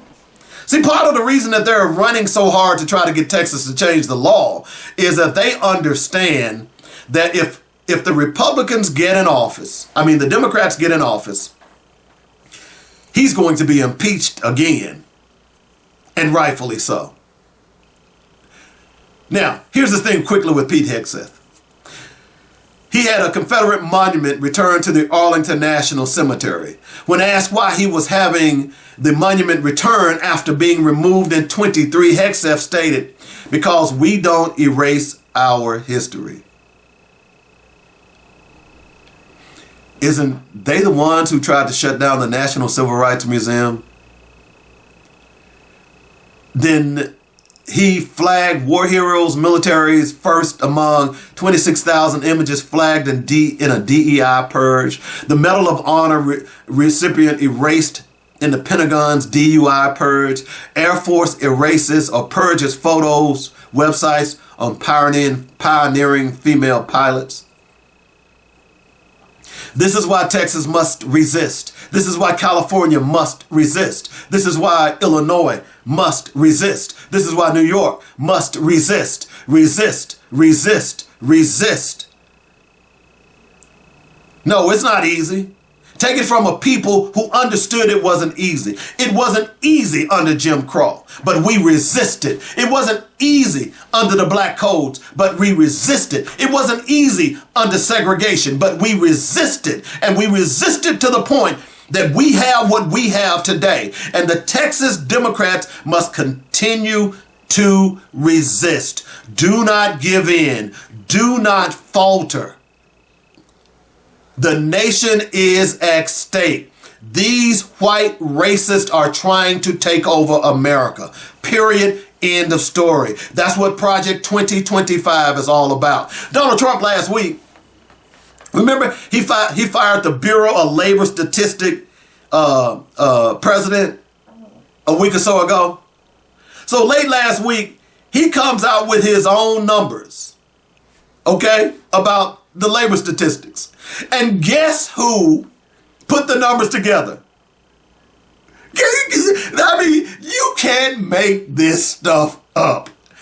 Guess who he went to put the numbers together? And he had a press conference with this person. And this person was one of the people who authored Project 2025, one of the most racist documents that we've ever seen. And they had the nerves to have a press conference and say, hey, see, these are the real numbers. Man, this man thinks we are stupid.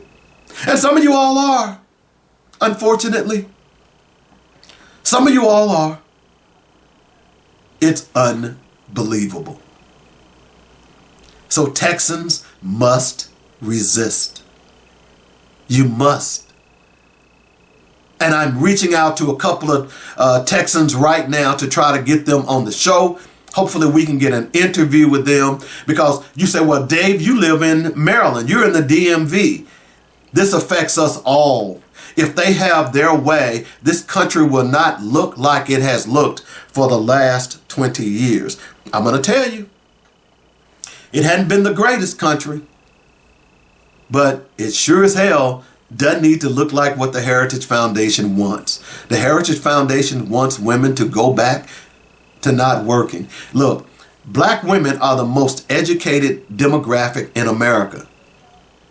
But what has the Trump administration done over the last few months? they've purged black women in various positions. Hello? There are black women who are smarter than Donald Trump. Donald Trump is not smarter than a sixth grader. We know what Pete Hegseth stands for. So Texas must resist, resist, resist. Do not give in to these thugs. All of us must resist. You need to get on the phone and call your congressman. I'm loving the fact that so many people around the country, when you see these town hall meetings with these Republican representatives, that they are getting castigated. They are getting their butts lit afire. And their argument is, oh, well, those are Democratic plants. Hello? Fritz Hill of Arkansas had a private meeting and he wouldn't allow the public to come in. He handpicked the people to come in to ask him questions. And if you listen to parts of this meeting, you can hear the people outside of this event saying, vote him out, vote him out. You see, this is why they're trying to cover their butts. You're sending in Arkansas, you're sending $150 million to Israel, but you're cutting free lunch. You're cutting school programs. You're cutting after school programs. You're cutting Head Start. You're cutting all kinds of programs that benefit the poor while you're laughing all the way to the bank. Those tax cuts that you gave to the rich and wealthy, the top 2%, you getting a cut of that, Fritz. You got to resist, Democrats. You got to fight. You got to stand up for what is right. And what is right is democracy. It has nothing to do with the political persuasion.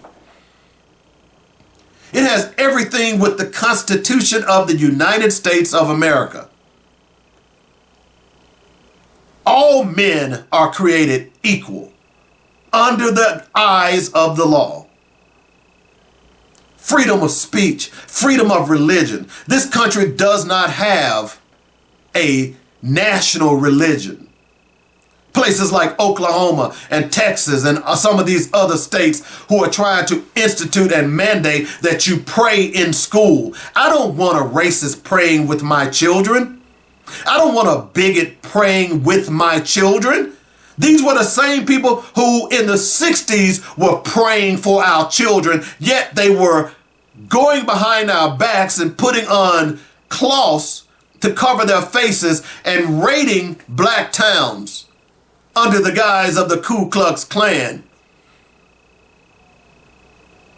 I don't want devil worshipers praying with my children, but you know what's going to happen? Is that under the guise of the Constitution, everybody has a right to religion. And if you're telling me that my child has to pray to Christianity in school, then my child has to pray to devil worshiping. My child has to pray to Buddhism. My child has to pray to Islam. You see, I'm one of those people. You know, I remember in the first grade, there was this girl named Susan. And Susan, I knew Susan all the way through 8th grade. Susan ultimately ended up dying. And the reason I can't remember Susan, I can see her face. But this was the first time I was introduced to liver disease. I was a young kid. Susan was jaundiced. She was yellow. Her eyes were yellow. She had a liver disorder. She ended up dying when we was in about the 6th or 7th grade, somewhere in there. Susan was a Jehovah's Witness. They used to make us stand up and say the Pledge of Allegiance when we were kids. Susan never stood up. I didn't understand at the time. She didn't stand. It wasn't until I got into about the 5th grade when I began to understand stuff, I realized why Susan never stood up. That's her right. Just like now, if I'm out in a place, I don't stand up for the Pledge of Allegiance. I don't stand up for the Star Spangled Banner. Why should I? You know what? Why? Because of what it stands for. The third stanza of the Star Spangled Banner specifically brags about slaves being afraid. I'm not going to stand up for that. I don't care who boos me. You get mad at me all you want. But you know what the good thing about it is? It's my right. It's my right. Just like it's the right of a Ku Klux Klanman to call me the N-word. I may get offended, but you know what? That's freedom of speech. That's what makes America so great, is that you have rights. This administration is trying to steal your rights right before your eyes. And many of you are not even paying attention. That's why I support the Texans, the Texas Democrats. That's why I support anyone who will resist against the system that tries to make them subservient. I will support you because the Constitution allows you to do that. There are a lot of things that people say in this country I don't like, but you know what? That's their free speech. When I watch these, the First Amendment auditors, some of them are, I've seen them on other websites, they're bigots. But you know what? I love the fact that they're out there testing the limits of our democracy, our amendments, because that's what makes America great. More power to you. The First Amendment is the best amendment. The First Amendment says freedom of speech. It talks about freedom of religion. So how the hell can you say that we should have a state-run religion? Hello? Don't tell me that those men who created the Constitution were Christian, because you couldn't be Christian and you had slaves, Thomas Jefferson. You couldn't be Christian and you had slaves, George Washington and John Quincy Adams and Ben Franklin. You're not Christian when you're raping slave girls, when they're barely 9, 10, 11 years old, when you're raping slave boys, when you're beating men and selling men. You're not Christian, so don't tell me that those people who wrote the Constitution were Christian, because they weren't. I dare you to go back and read the real story of Sally Hemings and Thomas Jefferson. How he purposely built a room with no windows next to his room so he could go in and rape this poor young girl beginning at age 12 whenever he wanted. That wasn't Christian values to me. Hello? Word to your mama. These people are crazy. They've lost their minds. At the end of the day, we all have got to agree on one thing. And that one thing, although imperfect in its inception, is the Constitution of the United States of America. On that note, we'll take another break. It's our last break, and it's called What We Must Do. We will return here in just a moment. It's called Black Focus Radio. Our issues, our solutions, our voices on joynetradio.com. Barbecue season is here, and you're still using that 99-cent goop full of chemical derivatives and high fructose corn syrup for your sauce? Stop, please. Get to ribrub.com now and save your next cookout with an array of all-natural rubs and sauces. Start with the Dynamic Rib Dust for seasoning and the Dynamic Rib Rub for flavor, and top off your grilled or smoked masterpiece with Dynamic Rib Juice. Don't forget the Dynamic Pepper Juice for just the right kick for those chicken wings. One other thing, you've got to try the delectably delicious Dynamic Rib Nuts. Can't decide? Order a Dynamic gift box and satisfy all of your cravings. Come on, give me your hand and let me take you to barbecue land at ribrub.com. That's RIBBRUBB.com, and we'll show you how to bake it, grill it, smoke it. Oh yeah. Black Focus Radio. Our issues, our solutions, our voices. 855-525-5683 is the number. That's how you get in touch with us if you'd like to join the show. Don't forget to like, share, and subscribe when you go out to Facebook and YouTube. And we definitely need you to tell a friend, to tell a friend, to tell a friend. Don't forget to support our sponsors, JoinetRadio.com and RibRub.com, where we bake it, grill it, smoke it. Oh, yeah, and I smoked up a storm this past weekend. I hate you can't get... Man, them ribs were so fire. You know, my son ate the ribs. He took a bite, and he said, oh, Dad, these ribs are fire. He didn't say fire. He said fire. Okay? You got to use some of this rib rub, man. I'm telling you. You don't even have to put any barbecue sauce on your stuff. Go out and get you some rib rub. Okay. So, we're at the last segment of the show. It's called What We Must Do. It's part of our show every week, just like Black Facts are. Those are my favorite two segments. So, What We Must Do. I was watching a video of, and I've forgotten the gentleman's name. Apparently, he was a politician. And he had posted a video of where he was giving a speech about how he only supports black businesses. Okay? And he posted that speech to social media, and he was talking about how he was taking a lot of heat from white people because he only supports black businesses. And he made the point that if we are going to be successful, we as black people have got to start supporting one another. I've been saying that for years on this show. If we are going to be successful, we've got to start supporting one another. It's just like a lot of people, it's funny, I talk about the barbecue sauce. A lot of people thought that Sweet Baby Ray's was done by a black person, when in fact it's done by a white person. A whole lot of black folks thought Sweet Baby Ray's was made by black folks.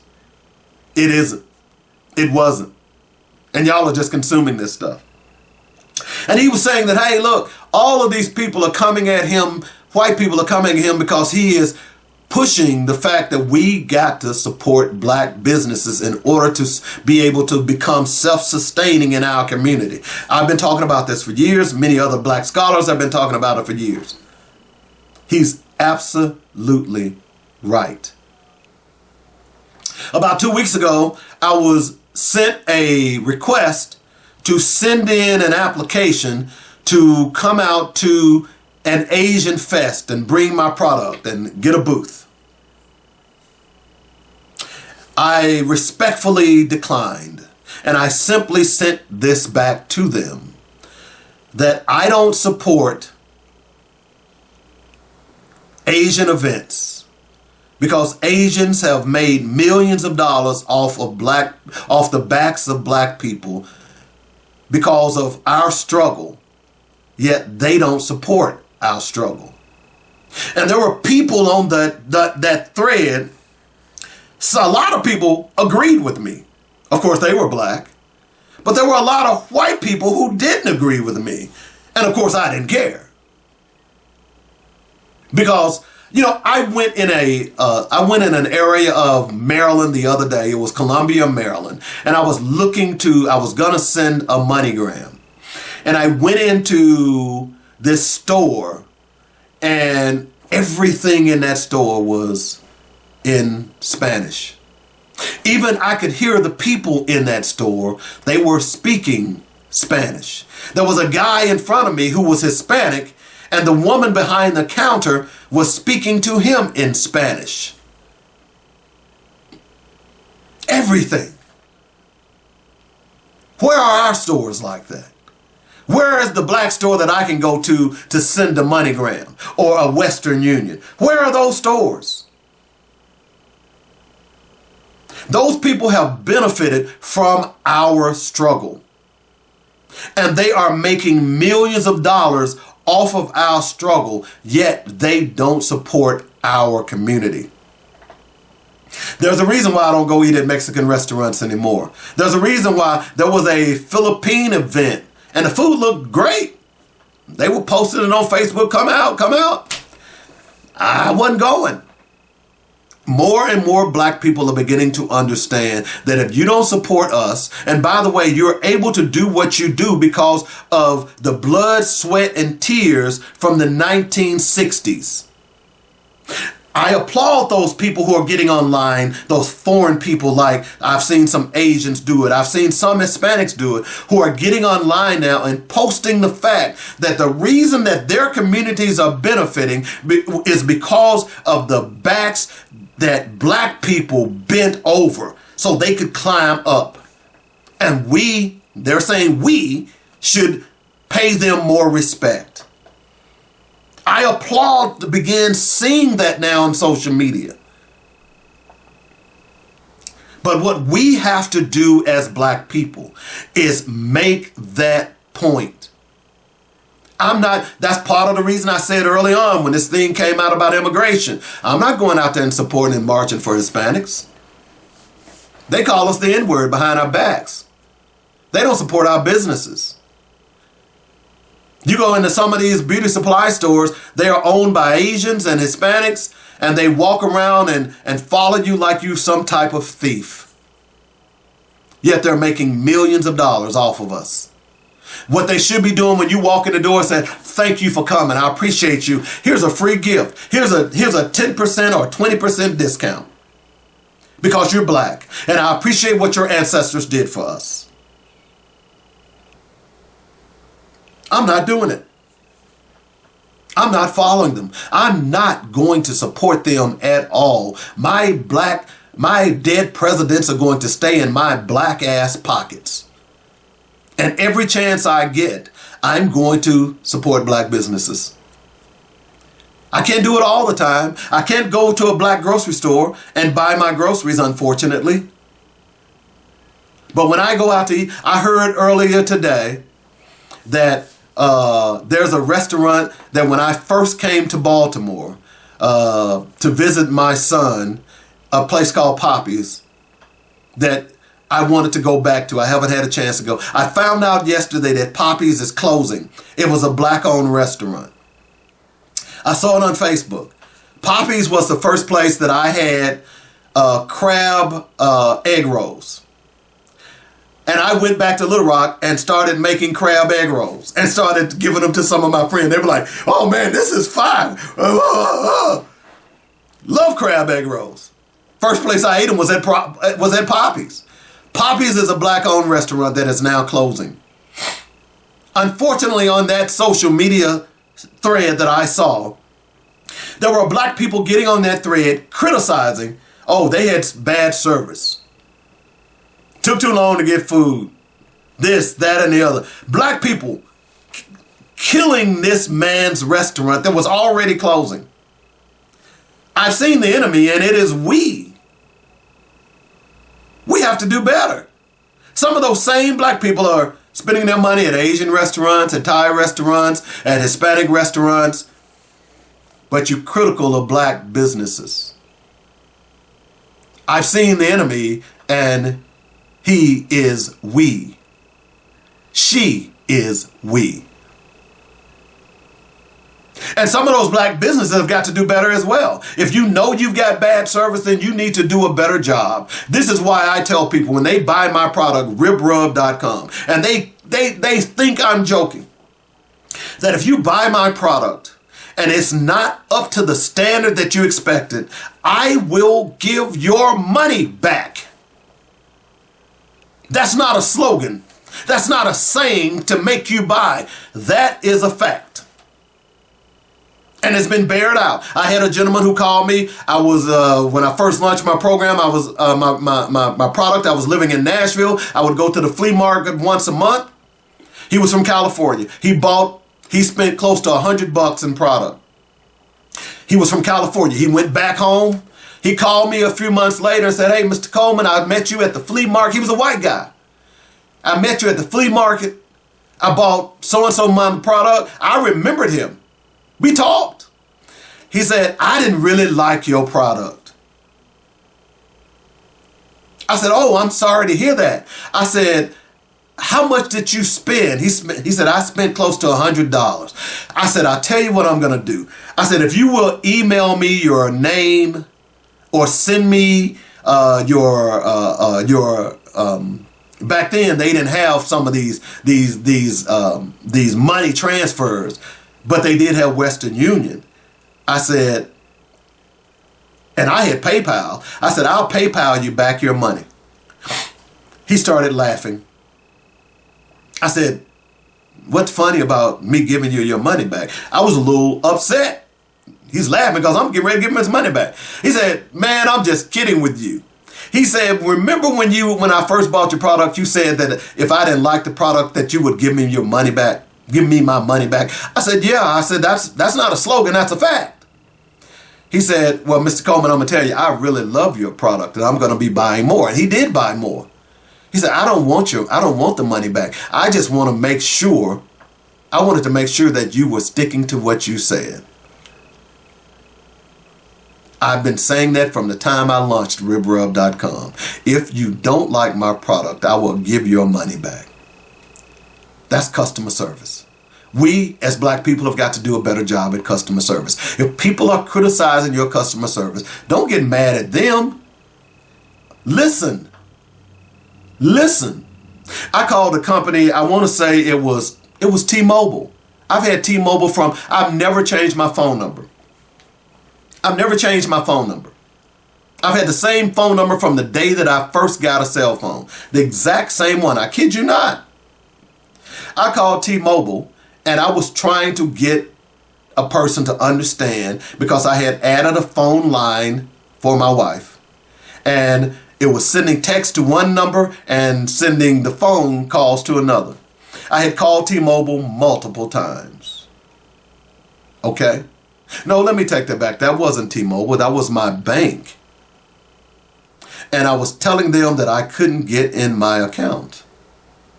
And the young man that answered the phone, clearly you can tell when they can't solve the problem. A lot of these customer service agents, they just throw their hands up, get frustrated, and just say anything. Because I spent a lot of time in customer service, you're just not going to blow me off. I told him, when I could hear he was getting testy, I said, look, son, I ain't got time to argue with you. Let me speak to your supervisor. Supervisor got on the line, solved the problem, issue resolved. And I told her before I hung up, I said, let me tell you something. That person that was on the line before us, he needs more training. He doesn't know anything about customer service. She said, thank you very much. I'll review the tape and I'll act accordingly. My point being is that if you are a black business and you are struggling with customer service, then you need to do a better job. But on the other hand, if you are a black consumer, you need to be a lot more patient. Because the problems and the pressures that black businesses are under are tenfold more than some of these other businesses. You go to Walmart and they treat you like crap and you go back. You go to Kroger or Safeway or Giant or Weiss or whatever, or Target or whatever the case may be, they treat you like crap and you go back. But you go to a black business and you get poor service or you didn't get what you want and you're all on social media chastising that black business and killing that black business. What we must do is support one another more so than ever before. We make more than our community spends more than the gross domestic product of Canada. If we were a nation unto itself, we would be the 9th largest nation in the world. Yet less than 10% of the money that we spend go to black businesses. That should tell you a lot. What we must do, more so than ever before, is support one another. And on that note, it's time for me to make like water and flow. But before I go, one of my favorite poets is Langston Hughes. And I saw this the other day. It's called The Negro Mother.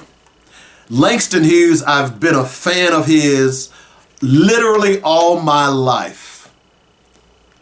Literally all my life. When we first had Black History Week, yeah, I'm old enough to remember Black History Week, I wrote about Langston Hughes.